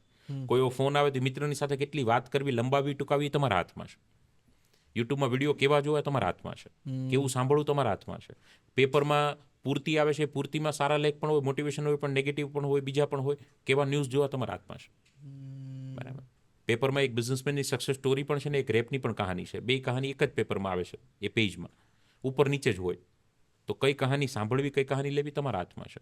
તો ચૂઝ યોર માહોલ, તમને મોટિવેશન આપોઆપ મળશે. મોહ ક્યારેક બહુ જાગી જતો હોય છે, વસ્તુ છોડી નથી શકાતી. બરાબર છે. અને એના કારણે પરિવર્તન નથી થતું. 100%. શું કહેવું? જ્યારે તમને એવું લાગે કે તમારે એને છોડવું જોઈએ ત્યારે 2-3 લોકોની એક્સપર્ટ એડવાઇસ લઈને ચોક્કસ તમારે એને છોડી દેવું જોઈએ. ઓકે, સોરી હું આમાં ડિસ્ટર્બ તમને કરું છું. આમાં એક શબ્દ આપણે એડ ઓન કરી શકીએ, કમ્ફર્ટ ઝોન. કમ્ફર્ટ ઝોન બી કહી શકીએ, પણ ઘણીવાર સપોઝ એમાં કમ્ફર્ટ ઝોન ન હોય અને છતાં છોડવું પડે તો ચોક્કસ છોડી દેવું જોઈએ. મેં એક બિઝનેસ અમે 2020માં સ્ટાર્ટ કર્યો. ખૂબ સારો બિઝનેસ હતો. 2022માં એ બિઝનેસમાંથી હું લેફ્ટ થઈ ગયો. આજે હું પણ બહુ સારો ગ્રો કર્યો છે અને એ બિઝનેસે પણ બહુ સારો ગ્રો કર્યો છે. તો હવે મારે એ નહીં વિચારાય કે ભાઈ હું એમાં હોતે તો શું હોતે, તો તું અહીંયા બી નહીં હોતે સફળ. બરાબર, 2023માં મેં એક મેજર ડિસિઝન લીધો, 2024માં એક મેજર ડિસિઝન લીધો, છોડવાનો છે. પકડવાની વાત જ નથી કરતો. અને 2025માં પણ મેં એક વસ્તુ છોડવાનો મેજર ડિસિઝન લીધો છે અને બધા રિલેટેડ ટુ બિઝનેસ છે. બરાબર છે. અમુક લેવલના પ્રોગ્રામ નહીં કરવાનો એ ડિસિઝન મેં લીધો. અમુક ચાર્જની નીચે પ્રોગ્રામ નહીં કરવાનો એ ડિસિઝન મેં લીધો. બરાબર, તો એમાં મારે પ્રોગ્રામ છોડવા પડે. હું ફ્રી હોવા છતાં છોડવા પડે. બરાબર, આજે સપોઝ તમે મને પ્રોગ્રામ માટે ફોન કરો કે સાહેબ આવતા રવિવારે પ્રોગ્રામ છે, રવિવાર મારો આખો ખાલી છે, પણ હું તમને કહું છું કે વાય ચાર્જ હું લઈ રહ્યો છું. તમે કહો સાહેબ વાય નહીં, એક્સમાં કરો ને, હવે હું તમને કહું છું સર આપણું ગ્રુપ છે, આપણે વાય માઇનસ એક અમાઉન્ટ કરી શકીએ, પણ એક્સમાં તો નહીં જ કરી શકીએ. હાલાકી હું ફ્રી જ છું, હું ખાલી જ છું, બરાબર. પણ તમે એક્સ પકડીને બેઠા છો, હું વાય માઇનસ પકડીને બેઠો છું, તો હું એ પ્રોગ્રામ છોડી દઉં છું, હું જતો કરી દઉં છું, હું પ્રોગ્રામ નથી પકડતો. હાલાકી એ દિવસે હું ફ્રી જ છું. તો અમુક જગ્યા ઉપર પહોંચવા માટે અમુક વસ્તુને છોડવી પડશે. જેમ કે આ એક હાથમાં મેં મગ પકડ્યો છે, એક હાથમાં મેં માઇક પકડ્યો છે. હવે હાથ મારી પાસે બે છે, મારી મર્યાદા છે. હવે જો મારે બુક પકડવી હોય તો કાં મારે માઇકનો હાથ છોડવો પડે, કાં મારે આ મગનો હાથ છોડવો પડે, તો હું આ બુકને પકડી શકું. આ સિમ્પલ કહાની છે. કશું છોડી એટલે રહ્યા છો કે કશું તમારે મોટું પકડવું છે, બરાબર. તો એમાં ચિંતા કરવાની જરૂર જ નથી. હા, ચિંતા ત્યારે જરૂર કરો, તમે છોડો છો પણ પકડવાનો કોઈ પ્લાન જ નથી. તો વસ્તુ ત્યારે છોડો જ્યારે એના કરતાં મોટું પિક્ચર તમે પકડી રહ્યા છો, તો છોડવું ઇઝીલી થઈ જશે. જેમ મારા હાથમાં એક હાથમાં 20 રૂપિયા છે અને એ જ હાથમાં મારે 100 રૂપિયાની નોટ પકડવી છે, પણ શરત એવી છે એક ટાઈમે એક જ નોટ રહી શકશે. તો મને 20 રૂપિયાની નોટ છોડવામાં સહેજ પણ દુઃખ નહીં થાય કે અચકાટ નહીં થાય. ઇઝીલી છોડીને 100 રૂપિયાની પકડી લઈશ, કેમ કે મને ખબર છે હું મોટી નોટ પકડી રહ્યો છું. પણ જ્યારે મારી સામે 100ની નોટ ન હોય ત્યારે મને 20ને મૂકવામાં દર્દ થાય, કારું કેમ છોડું. એટલે મોટું પિક્ચર આવે તો નાનું પિક્ચર તમે આપોઆપ છોડી શકો છો. અને જ્યારે પણ ચોક્કસ એવો હઠાગ્રહ ન રાખો કે ન થાય, છોડી દેવું. હવે કૃષ્ણ મામાનું આખું રાજ છોડી શકતા હોય તો આપણે તો આ ન છોડી શકીએ. અને કૃષ્ણે એક્ઝામ્પલ જ આપ્યું ને કે બધું છોડ દો અને કાંડાના કમાણીએ દ્વારકાને ઊભી કરો, તો તમારી સ્વયં ઓળખ થશે. તો પછી એવું તમે માની શકો ખરા કે અમુક ટાઈપનો કમ્ફર્ટ ઝોન જે હોય છે, યસ, એ પિંજરા સમાન કામ કરતો હોય છે. ચોક્કસ. એ તમને આગળ જ નહીં વધવા દે. કમ્ફર્ટ ઝોન તમારી જગ્યાને લઈને હોય, કમ્ફર્ટ ઝોન તમારા ફ્રેન્ડને લઈને હોય, કમ્ફર્ટ ઝોન તમારા બિઝનેસને લઈને હોય. બધા જ અલગ અલગ કમ્ફર્ટ ઝોન હોય. ઘણા લોકોને ઓફિસની બાજુમાં જ ઘર રાખવું એ કમ્ફર્ટ ઝોન છે કે મારો લાંબો ટાઈમ એટલો ન જાય. ઘણા 2 મિત્રોથી વધારે હું મળું નહીં, નવા લોકોને મળવામાં એને અચકાટ થતી હોય છે, એ કમ્ફર્ટ ઝોન છોડે નહીં. કમ્ફર્ટમાં રહેશો તો એટલું જ મળશે જેટલું તમને મળી રહ્યું છે. કેમ કે અત્યારે તમે જે કમ્ફર્ટ ઝોનમાં છો એની આપવાની એક ક્ષમતા છે, એ પૂરી થઈ ગઈ. એ તમને એટલું જ આપશે. માનો કોઈ વ્યક્તિ મહિને 20,000 કમાય છે અને એ જે કમ્ફર્ટ ઝોનમાં રહીને 20,000 કમાય છે, એ ઝોનમાં રહેશો તો 20 તો કમાશો જ, પણ ક્યારે મહિને 2 લાખ નહીં કમાવો. મહિને 2 લાખ કમાવા માટે તમારે કમ્ફર્ટ ઝોનને છોડવો પડશે, મેજર એક્શનો લેવી પડશે. કમ્ફર્ટ ઝોનને છોડશો તો જે કામ થશે. તમારે નવા 5 લોકોના ટચમાં આવવું પડશે, નવા 1-2 ઇનિશિયેટિવ લેવા પડશે, નવા 1-2 સાહસો કરવા પડશે, સ્કિલને ઓળખવી પડશે, તો જ કામ થશે. પણ તમે એમ કહો કે હું 20,000 વાળા જ વિચારોમાં, 20,000 વાળા જ વિસ્તારમાં, 20,000 વાળા જ કમ્ફર્ટ ઝોનમાં રહીને 2 લાખ કમાવો, તો નાના હતા ત્યારે પણ આપણે રાજા રાણીની કહાની સાંભળતા, જે હકીકત નથી. બસ તમે પણ એક એવી જ કહાની કરી રહ્યા છો જે ક્યારેય હકીકત નહીં બને. તો શું કહેવું છે તમારે ડિજિટલ એરા વર્સિસ યુથ? પ્લસ અને માઇનસ બંને છે. એનું થિંકિંગ શું છે એના ઉપર છે. આજે 10 વર્ષના એવા કેટલા આર્ટિસ્ટ, કલાકાર, છોકરાને તમે ઓળખો છો કે બિકોઝ ઓફ ડિજિટલ આજે દુનિયાને ઓળખતી થઈ છે, લોકો સુધી પહોંચ્યા છે. અને આજે તમે જુઓ ને, વૈભવ સૂર્યવંશી 14 વર્ષની ઉંમર, આજે બિકોઝ ઓફ ડિજિટલ આપણે એને ઓળખતા થયા છે. કેટલી 14 વર્ષનો, એટલે 8માં ભણે છોકરો. અત્યારે 8માં ભણતો એને કંઈ કશી ખબર નહીં પડતી હોય. 14 વર્ષની ઉંમરે વૈભવ સૂર્યવંશી. આખી સિરીઝમાં ધોનીએ સ્કોર નથી કર્યો ને એથી વધારે સ્કોર વૈભવ સૂર્યવંશીએ કર્યો છે. તો છે. આજે તમે જુઓ, વિઘ્નેશ પુથુર મુંબઈ ઇન્ડિયન્સની અંદર 30 લાખમાં લીધેલો પ્લેયર છે, એક્સ્ટ્રા પ્લેયર તરીકે લીધેલો છે. પણ જેવો મોકો મળ્યો, ચેન્નઈની સામે મહારથીની 3 વિકેટ લઈ લીધી વિઘ્નેશ પુથુર. મોકો છે. એટલે એક વાત કહું છું, સ્ટેટસ અને સ્ટોરી મૂકવાથી ફોલોવર નહીં વધે, જે યુથને અત્યારે ઘેલું ચાલ્યું છે. સ્ટેટસ બનાવવાથી તમારા ફોલોવર વધશે. વિઘ્નેશ પુથુર IPL રમવા આવ્યા ને ત્યારે એના ઇન્સ્ટામાં 1300 ફોલોવર હતા, અત્યારે 1 મિલિયન પ્લસ છે. આ વધારવા માટે એણે સ્ટેટસ, સ્ટોરી, રીલ નથી મૂકી, પોતાનું સ્ટેટસ બનાવ્યું, એટલે આપોઆપ થઈ ગયું. ધોની આખા વર્ષમાં 2 થી 3 પોસ્ટ ઇન્સ્ટામાં મૂકે છે, છતાં ફોલોવર છે, કેમ કે એનું પોતાનું સ્ટેટસ છે. તમે સ્ટેટસ બનાવ્યા વગર સ્ટેટસ મૂકશો, એ સ્ટેટસ કોઈ કામનું નથી. તમે સ્ટેટસ બનાવીને સ્ટેટસ મૂકશો તો એ સ્ટેટસ કામનું છે. તો મહેનત સ્ટેટસ મૂકવા કરતાં સ્ટેટસ બનાવવામાં કરો, તો તમારા સ્ટેટસ લોકો મૂકશે. આ રિયાલિટી છે. અને બહેનોને સ્પેશિયલી હું કહું કે તમે તૈયાર થવામાં જે સમય આપો છો ને, એટલો સમય તૈયારી કરવામાં આપો. તમને તૈયાર કરવાવાળી 3-4 આજુબાજુ આંટા મારશે, એવા તૈયાર થઈ જશો. તો જીવનમાં ડિસિપ્લિન કેટલી જરૂરી છે? 100%. એના વગર સફળતા ક્યારેય નહીં મળે. કોઈ પણ કામને લઈને ડિસિપ્લિન. માનો કે સપોઝ તમે હાથમાં મોબાઈલ લો છો, તો ઇન્સ્ટાગ્રામમાં રીલ તો મને ઘણીવાર છે ને પેલું દુશાસન યાદ આવે. મહાભારતમાં ચિરહરણ જે દ્રૌપદીજીના જે દુશાસને કર્યા, તો એ કેમ સાડી ખેંચ થતો હતો અને સાડી પૂરી જ નથી થતી, કેમ કે ભગવાન શ્રી કૃષ્ણ સાડી મોકલ્યા જ કરે એટલે સાડી ખેંચા જ કરે. એટલે મોબાઈલમાં રીલે છે ને એવી જ છે, આ દુશાસન છે. તમે આમ સ્ક્રોલ કર્યા જ કરો, સાડી આવતું જ ખેંચા જ જશે. કરો, આવતું જ રહે. ભગવાનની કૃપાથી એ તમને રીલો આવતી જ રહે. ક્યારે એમ નહીં કે દુશાસન હવે તો ઊભો રહે, 3 કલાકથી રીલ સ્ક્રોલ કરે છે. એટલે એ મારું ડિસિપ્લિન છે કે મારે 10 જ મિનિટ મોબાઈલમાં આપવી, તો એ તમને આગળ લઈ જશે. 2 કલાક મારે વાંચવું, એ ડિસિપ્લિન તમને આગળ લઈ જશે. સ્કૂલે જવું ત્યારે મારા ક્લાસમાં સર ભણાવે એ જ ધ્યાન આપવું. મસ્તી કરું પણ રિસેસમાં કરું. કૃષ્ણ ભગવાને બધું કર્યું પણ યોગ્ય સમયે યોગ્ય કામ કર્યું. એટલે આપણે બધું જ કરો, કોઈ ના નથી. લેર કરો, મજા કરો, એન્જોય કરો, પાર્ટીમાં જાઓ, બર્થડેમાં જાઓ, મિત્રો સાથે ગપાગુપી કરો, ટાઈમપાસ કરો, મૂવી જોવા જાઓ, પણ યોગ્ય સમય યોગ્ય કામ કરો. આપણને સર બોર્ડ પર ભણાવે છે ને ત્યારે મસ્તી કરીએ છીએ, તો સ્કૂલમાં રિસેસ આપી શું કામ? ફ્રેશ થવા, રિફ્રેશ થવા, મસ્તી કરવા તો રિસેસ આપી છે. અને ત્યારે પાછા મારા બેટા સિરિયસ થઈને વાંચતા હોય. એટલે યોગ્ય સમય યોગ્ય કામ ન થાય એટલે તકલીફ પડે. કામમાં અને કરિયરમાં ફોકસ કેવી રીતે તો કરવું? કામ અને કરિયર મારે આ બનાવવું છે એ નક્કી કરો તો કામમાં ફોકસ થવા લાગે.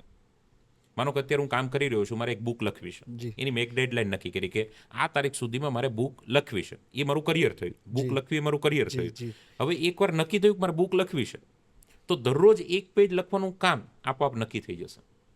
કેમ કે મને ખબર પડી કે જો હું નહીં લખું 1 પેજ, હાલાકી લખવામાં કંટાળો જ આવે, પણ જો હું નહીં લખું તો મારી બુક ત્યારે પૂરી નહીં થાય. તો કરિયર એકવાર નક્કી થઈ જાય તો એની પાછળનું કામ આપોઆપ નક્કી થઈ જાય. એકવાર છોકરો નક્કી કરી લે કે મારે CA બનવું જ છે, કરિયર નક્કી કરી લીધું, તો પછી એના માટેના કામ આપોઆપ નક્કી થઈ જાય. કરિયર નક્કી હોય તો કામ નક્કી થાય. એટલે આપણા કામ એટલે નક્કી નથી, કરિયર નક્કી નથી. મારે અમદાવાદ જવું હોય તો અમદાવાદ બાજુનો રસ્તો આપોઆપ તો નક્કી થાય જો અમદાવાદ જવાનું નક્કી થઈ જાય. નહીંતર તો રસ્તા બીજા બધા ફંટોળાય છે. સિમ્પલ. એટલે એઝ સિમ્પલ જ છે. કરિયર નક્કી કરો, કામ આપોઆપ નક્કી થશે, તમારા સ્ટેપ પણ આપોઆપ નક્કી થઈ જશે. સક્સેસ, સફળતા લેવા માટે યા મેળવવા માટે યસ, લાઈફસ્ટાઈલ કેટલી જરૂરી? લાઇફસ્ટાઈલ કરતાં તમારી હેલ્થ ઉપર ધ્યાન આપવું ખૂબ જરૂરી છે. અને લાઇફસ્ટાઈલ તમે એ જ કરો જે તમે એફોર્ડ કરી શકો છો. બરાબર. હું હમણાં 2 દિવસ જીઓ વર્લ્ડ સેન્ટર ઇવેન્ટમાં હતો ત્યાં બોમ્બે, મુકેશભાઈએ બનાવ્યું છે. તો મેં જોયું બહુ જબરજસ્ત બનાવ્યું છે. હવે અહીંયા મારે સુરત આવીને બાંધકામ શરૂ ન કરી દેવાય, હા કેમ કે મારી ક્ષમતા નથી. હા હા તમે આ વાત સમજ્યા? તો વસ્તુ બધી સારી જ હોય છે. હા. માનો 5 લાખની વોચ છે તો 5 લાખની વોચ પહેરો તો મારું કાંડું સારું જ લાગે, પણ એ લાઈફસ્ટાઈલ હું એફોર્ડ કરી શકું છું ખરા? એટલે લાઈફસ્ટાઈલ એ જ લો જે તમે ખુદના પૈસા એફોર્ડ કરી શકો છો. એટલે બાકી પપ્પાના પૈસાની બાઇક પણ ન લો, પોતાના પૈસાની જ બાઇક લો. એ કઈ લો જે તમે એફોર્ડ કરી શકો છો. હું કોલેજ કરતો ત્યારે મને કરિશ્મા ZMR ખૂબ ગમતી. હીરોનું બાઇક હતું, અત્યારે તો એ બંધ થયું. કરિશ્મા ZMR મને ખૂબ Black ગમતું, colour ની. બ્લેક કલરનું. એટલે મને પહેલેથી પપ્પા એક જ વસ્તુ કહે, તારે લેવું હોય તો હેલિકોપ્ટર લે ને બાઇક શું કામ લે, પણ પોતાના પૈસાનું લે, કેમ કે ત્યાં કંઈ હતું નહીં. હા એટલે પહેલેથી એ ક્લિયર હતું. મેં કરિશ્મા ZMR લીધું કોલેજમાં, હું ZMR લઈને કોલેજ જતો, પણ પોતાના પૈસાનું હતું. 2015માં મારે 4 વ્હીલ લેવી હતી તો મેં પોતાના પૈસાની લીધી. હવે મને ગમતી તો મર્સિડીઝ C220 બ્લેક કલર, ઓહ પણ મેં રીડ્સ લીધી વ્હાઇટ કલર સેકન્ડમાં 2.5 લાખની. કેમ કે મારું એફર્ડ એ હતી, મારી એ સમયની લાઈફસ્ટાઈલ એ જ એફર્ડ કરી શકતી, એટલે મેં રીડ્સ લીધી. રીડ્સ મેં થોડો ટાઈમ ચલાવી, પછી નેક્સોનની કેપેસિટી થઈ મારી લાઈફસ્ટાઈલમાં. મને ત્યારે ગમતી ઓડી BMW ગમતી હતી, રેન્જ રોવર ગમતી હતી, ડિફેન્ડર ગમતી હતી, પણ છતાં નેક્સોન મારી લાઈફસ્ટાઈલમાં એફર્ટ બેસતી હતી તો મેં નેક્સોન લીધી. હવે અત્યારે મને હજી ગમે છે ડિફેન્ડર ને બધી સારી ગાડીઓ, 1 કરોડની ગાડીઓ ગમે. મર્સિડીઝ S ક્લાસ મને ગમે છે, 1 કરોડ ઉપરની ગાડી મને ગમે છે. પણ હમણાં મેં 700 લીધી, કેમ કે અત્યારે હું એ એફોર્ડ કરી શકું છું. તો લાઈફસ્ટાઈલ સારામાં સારી બધાને ગમે, પણ એ લાઈફસ્ટાઈલ લો જે તમે એફોર્ડ કરી શકો છો, જેથી કરીને ઊંધા નહીં પડો. તમે કોઈની પાસે આઈફોન જોઈ જાઓ છો ને તમે આઈફોન તમારો કોઈ કોન્ટ્રાક્ટ કરેલો છે કે 16 પછી 17 આવે એટલે મારે લેવો જ, આ 3rd ક્લાસ લાઈફસ્ટાઈલ છે. તમે એને એફોર્ડ કરી શકો છો તો લો. લેવાનો હેતુ શું છે? તમારું કામ છે તો લો. હું આઈફોન સ્ટેટસ માટે નહીં, આઈફોનમાં વિડીયોની ક્વોલિટી સારી આવે એટલે હું રાખું છું. અને આઈફોન 16 એ પણ મેં સેકન્ડમાં લીધો જેથી કરીને મને સસ્તો પડે. તો તમારે નવું લેવાનું, EMI ઉપર લેવાનું શું એટલું છે? તમને EMI ઉપર હાથી મળશે તો ઘરે લાવી દેશો હાથી? એને ખવડાવવાનું તો વિચારો કે એને દરરોજ ખવડાવીશું શું? તો લાઈફસ્ટાઈલ એ જ લો જે તમે એફોર્ડ કરી શકો છો. નંબર 1. નંબર 2, પોતાના પૈસાથી લો. પાપાના પૈસાની મર્સિડીઝ કરતાં પોતાના પૈસાની સેકન્ડ હેન્ડ અલ્ટોમાં કુલિંગ વધારે તમને લાગશે. એકવાર લેશો તો આપોઆપ આઈડિયા આવશે. તો ક્યારેક એવું થાય છે કે અમુક એવા યુવાનો હોય છે કે જેમના માતા પિતા સાથેનો સંબંધમાં થોડોક આમ તકરાર જોવા મળે તો એને શું આપણે જનરેશન ગેપ કહી શકીએ ખરા? એ ચોક્કસ આવે, પણ હું હંમેશા એક વાતમાં માનું છું, તકરાર એ વાતને લઈને થાય કે છોકરાએ કરવું હોય અને પેરેન્ટ્સે ન કરવા દેવું હોય. આ જ વાત. હા, આ જ વાત આવે. કોઈ બી માનો કે મારે આઈફોન લેવો, પપ્પા ના પાડે છે, તકરાર થઈ. મારે એક્ટિવા લેવી, પપ્પા ના પડે, તકરાર થઈ. મારે અમેરિકા ભણવા જવું, પપ્પા ના પડે, તકરાર થઈ. મારે પાયલટ બનવું, પપ્પા ના પડે, તકરાર થઈ. મારે ફ્રેન્ડની પાર્ટીમાં જવું, પપ્પા ના પડે, તકરાર થઈ. મારે આવા કપડાં પહેરવા, મમ્મી ના પડે, તકરાર થઈ. બીજી કોઈ વાતને તકરાર, તમે માગો એ તમને મળી જાય તો તકરાર જ નથી. તમે આઈફોન 16 માગ્યો ને પપ્પાએ સાંજે જ ગિફ્ટ કરી દીધો, wow my father is one of the best father of this world, અને ફાધર ના પાડે તો આ શું ખડૂસ ફાધર છે. તો હવે અહીંયા સમજવાની જરૂર એ છે કે ફાધર શું કામ ના પાડે છે.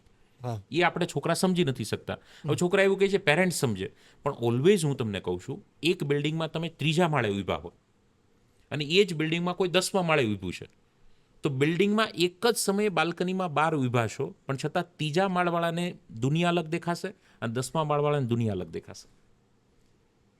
વ્યૂ સરખો નહીં દેખાય. 3જા માળવાળાને એટલું બધું વાઇડ એંગલ નહીં દેખાય, 10મા માળવાળાને વાઇડ એંગલ દેખાશે. ઓહો, બિલ્ડિંગ સેમ, સમય સેમ, લોબી સેમ, માળ અલગ અલગ, એંગલ જોવાનો બદલી જાય. તો હું વિદ્યાર્થીઓને કહું છું કે તમે તમારી જિંદગીમાં 3જા માળે છો, તમારા પેરેન્ટ્સ 10મા માળે છે. એ તમને ના એટલા માટે પાડે છે કે એને ખબર છે, એને દુનિયા જોઈ છે, એનો વાઇડ એંગલ મોટો છે, એટલા માટે ના પાડે છે. એને ખબર છે કે આ શું કામ થશે. 2 વર્ષનું છોકરું હોય ને, એના હાથમાં ચપ્પુ હોય તો માં લઈ લેશે ચપ્પુ. છોકરું રડશે છતાંય માં ચપ્પુ લઈ લેશે, રડે છે છતાં, કેમ કે એને ખબર છે કે આ ચપ્પુ એની આંગળી કાપશે, ત્યારે એને વધારે રડવું પડશે. એ વધારે રડવું ન પડે ને એટલા માટે ભલે ઓછું રડીશ પણ હું ચપ્પુ લઈ લઈશ. તમને એટલા માટે બાઇક કારની પેરેન્ટ્સ ના પાડે છે કે આજે હું ના પાડીશ તો તમે રડશો, પણ જો એ આપી દઈશ વહેલી ઉંમરે તો તમારે જિંદગી આખી રડવું પડશે. એ ન રડવું પડે ને એટલા માટે પેરેન્ટ્સ એ ના પાડતા હોય છે. તો તકરાર કરવાની જરૂર જ નથી. પેરેન્ટ્સ એક ટાઈમે તમે ન બોલતા ને ત્યારે સમજી જતા હતા. બાળક 9 મહિના માની અંદર ગર્ભમાં હોય ત્યારે એને ખબર નથી કે આ દીકરો છે કે દીકરી, તો એ તમારી મુમેન્ટથી માં સમજી જતી હતી. તમે 1 વર્ષના ત્યાં બોલી નતા શકતા ને તો માં સમજી જતી કે તને ભૂખ લાગી છે, તો એ માં તમને તમારા કરતાં વધારે સમજે છે. એટલે તમે એ શબ્દ ક્યારેય ન કહો કે તું નથી મને સમજતી, તું મને ન સમજી શકે. તારા કરતાં વધારે દુનિયા અને દિવાળી બધું એને વધારે કર્યું છે, એટલે સમજી શકે છે. અહીંયા તારે એ સમજવાની જરૂર છે કે મારે શું કામ સમજવું. અને ઘણીવાર ફ્રેન્ડ સર્કલમાં તમને ના પાડે તું એની જોડે ન જતી હો, અને તમે કહો ના એ મારો ગુડ ફ્રેન્ડ છે, હું શું કામ ન જાઉં. એ ઈશારામાં સમજી જાય છે. મને સબ્જીની લારીવાળો સોસાયટીમાં આવે ને તો એ ભીંડો હાથમાં લઈને ત્યાં ભીંડો ઓળખી જાય કે આ ભીંડો વાસી છે, તાજો છે. એ માં ખાલી ભીંડાની સિંગને જોઈને જો ઓળખી જતી હોય તો એ તારા ફ્રેન્ડને જોઈને ઓળખી જાય કે આની જોડે બહુ લાંબો સમય ન રહેવાય. આ સિંગ કેવી છે એને ખબર છે. આ સિંગ દેખાય છે તાજી, પણ તાજી સિંગ નથી. એટલા માટે માં તને એલર્ટ કરી દે છે. તો અમુક નિયમો છે. એટલે તમે જુઓ, આપણામાં એક સિસ્ટમ પરંપરા છે કે પાત્ર પસંદ કરવાની ઓથોરિટી છે ને માતા પિતાને આપેલી છે. મારો જીવનસાથી પસંદ કરવાની ઓથોરિટી મારા પેરેન્ટ્સની છે. પ્રભુ શ્રી રામની યોગ્ય પાત્રતાની ઓથોરિટી, એની માટેની એક અલગ આખું સ્વયંવરને બધું, એ ઓથોરિટી પેરેન્ટ્સની હતી. સ્વયંવરમાં શું રાખવું એ ઓથોરિટી પેરેન્ટ્સની હતી. સ્વયંવર થતા પણ ત્યારે સ્વયંવરમાં કઈ પરીક્ષાઓ રાખવી એ ઓથોરિટી પેરેન્ટ્સ નક્કી કરતા. અત્યારે ઓથોરિટી છોકરા નક્કી કરે છે, એટલે ફસાય છે. તમારા પેરેન્ટ્સના પેરેન્ટ્સે તમારા પેરેન્ટ્સને ભેગા કર્યા છે. પેરેન્ટ્સ જાતે નથી થયા, એટલા માટે હજી ટકેલા છે. અને જે જાતે નક્કી કરે એ 6 મહિનામાં છૂટા પડી જાય છે. કેમ કે તમે ઓળખી જ નહીં શકો. ઓળખવા માટે એક ઉંમર જોઈએ. એની ઉંમર તમારા પેરેન્ટ્સની છે. એને ખબર છે કે આ ભીંડીની સિંગમાં ડાઘ છે. એ ડાઘ બહારથી દેખાય છે પણ અંદરથી ભીંડી સડેલી છે. એને બહારથી ખબર પડી જાય, વગર તોડીએ ખબર પડી જાય કે આ ભીંડી સડેલી છે. એમ તમે પાત્ર ઓલવેઝ પસંદ કરવાનો રાઇટ છે ને પેરેન્ટ્સને આપો, જેથી કરીને સારી ભીંડી પસંદ કરશો, નહીંતર ફસાશો. એટલે તમે બિલીવ નહીં કરો, ધીરુભાઈ અંબાણીનો દીકરો મુકેશભાઈ અંબાણી, તમે ખબર નીતા અંબાણીની ચોઈસ એ મુકેશભાઈ અંબાણીની નથી, એ ધીરુભાઈની કોકિલાબેનની છે. એ લેવલના ધીરુભાઈ ત્યારે પણ ઇન્ડસ્ટ્રીયલિસ્ટ હતા, ભારતના ટોપ હતા. તો એના દીકરા, અને એ મુકેશભાઈ વર્લ્ડમાં વિદેશની યુનિવર્સિટીમાં ભણેલા છે, છતાં એટલા એનામાં સંસ્કાર હતા કે મારા માટેનું પાત્ર હું પસંદ કરીશ ને તો ભૂલ પડશે, તમે પસંદ કરો. એ રાઇટ્સ ધીરુભાઈને કોકિલાબેનને આપેલો. એટલા માટે નીતા અંબાણીની પસંદ એ ધીરુભાઈ કોકિલાબેનની હતી. એટલે જો અત્યારે કેવું ચાલે છે. અને એના જ ભાઈ અનિલ અંબાણી, ઓળખો છો ને, બધા જ ઓળખે છે. એની લાઈફની પસંદગી એની પોતાની હતી. શું કરી લીધું એણે? હપ્તા ભરે છે અત્યારે, નીલ થઈ ગયા. રાઈટ? એટલે પાત્ર બહુ જરૂરી છે અને એ પાત્રની પસંદગી બે જ દીકરા, અનિલભાઈની પસંદગી અનિલભાઈ સમજ્યા જ નહીં, અનિલભાઈ રાખી અને મુકેશભાઈ સમજી ગયા, એને માતા પિતાને આપી દીધું. કોણ સુખી છે અત્યારે જોઈ લો. નીતા મુકેશ અંબાણી નામનું આખું સેન્ટર બનાવ્યું છે, જીઓ વર્લ્ડ સેન્ટર. બંને ખુશ છે, બિઝનેસમાં હેલ્પ થાય છે, બધું જ થાય છે. અને પેલી બાજુ તમે જોઈ લો તો ઓલવેઝ પાત્રની પસંદગી પેરેન્ટ્સને આપો. તમે પસંદ ન કરો. હા, તમે તમારી ચોઇસ કહી શકો છો, પણ ફાઇનલ ઓથોરિટી પેરેન્ટ્સને આપો, કેમ કે એને ભીંડીની સિંગ જોઈને ઓળખવાની અનુભવ વધારે છે, કેમ કે 10મા માળે છે.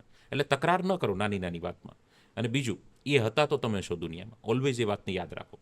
એ જ નહીં હોતે તમે જ નહીં હોતે, રાઈટ? તો ઓલવેઝ ન કરવા જેવું કામ કરવાની તો એ ના પાડે જ છે, પણ ઘણીવાર કરવાનું કામ પણ ના પાડે ને તો પણ એ પેરેન્ટ્સને આદર આપીને, યાર આપણે એ સંસ્કૃતિમાં રહીએ કે કાલે હું રાજા બનવાનો અયોધ્યાનો, અને રાતે ખબર પડે ખાલી પિતાનું એક સેન્ટેન્સ કે 14 વર્ષનો વનવાસ, જી પિતાજી કહીને નીકળી જવું. આ સંસ્કૃતિના આપણે વારસદાર છીએ.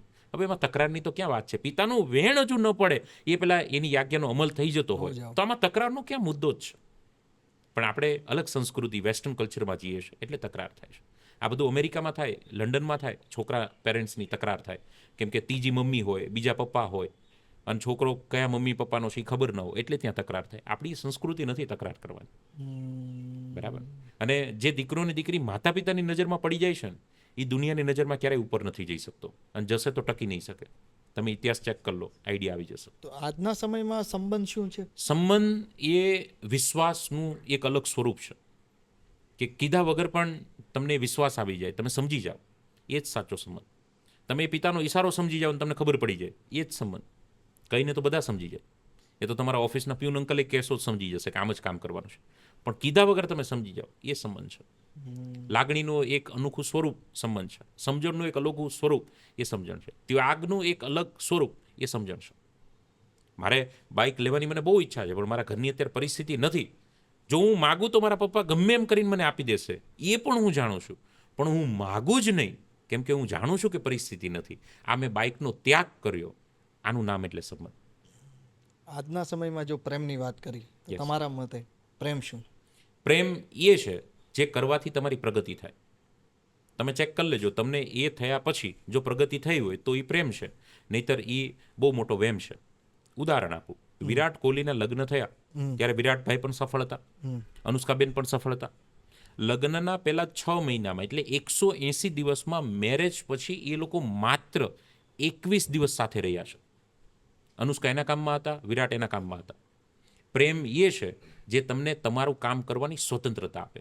પ્રેમ એ છે જે તમને તમારા કામ કરવામાં સપોર્ટ આપે, હેલ્પ કરે કે નહીં તારે ત્યાં પહોંચવાનું છે, હું છોડી દઈશ પણ તને હું હેલ્પ કરું, તને હું સપોર્ટ કરું. એનું નામ પ્રેમ છે. પ્રેમથી ઓલવેઝ પ્રગતિ થાય.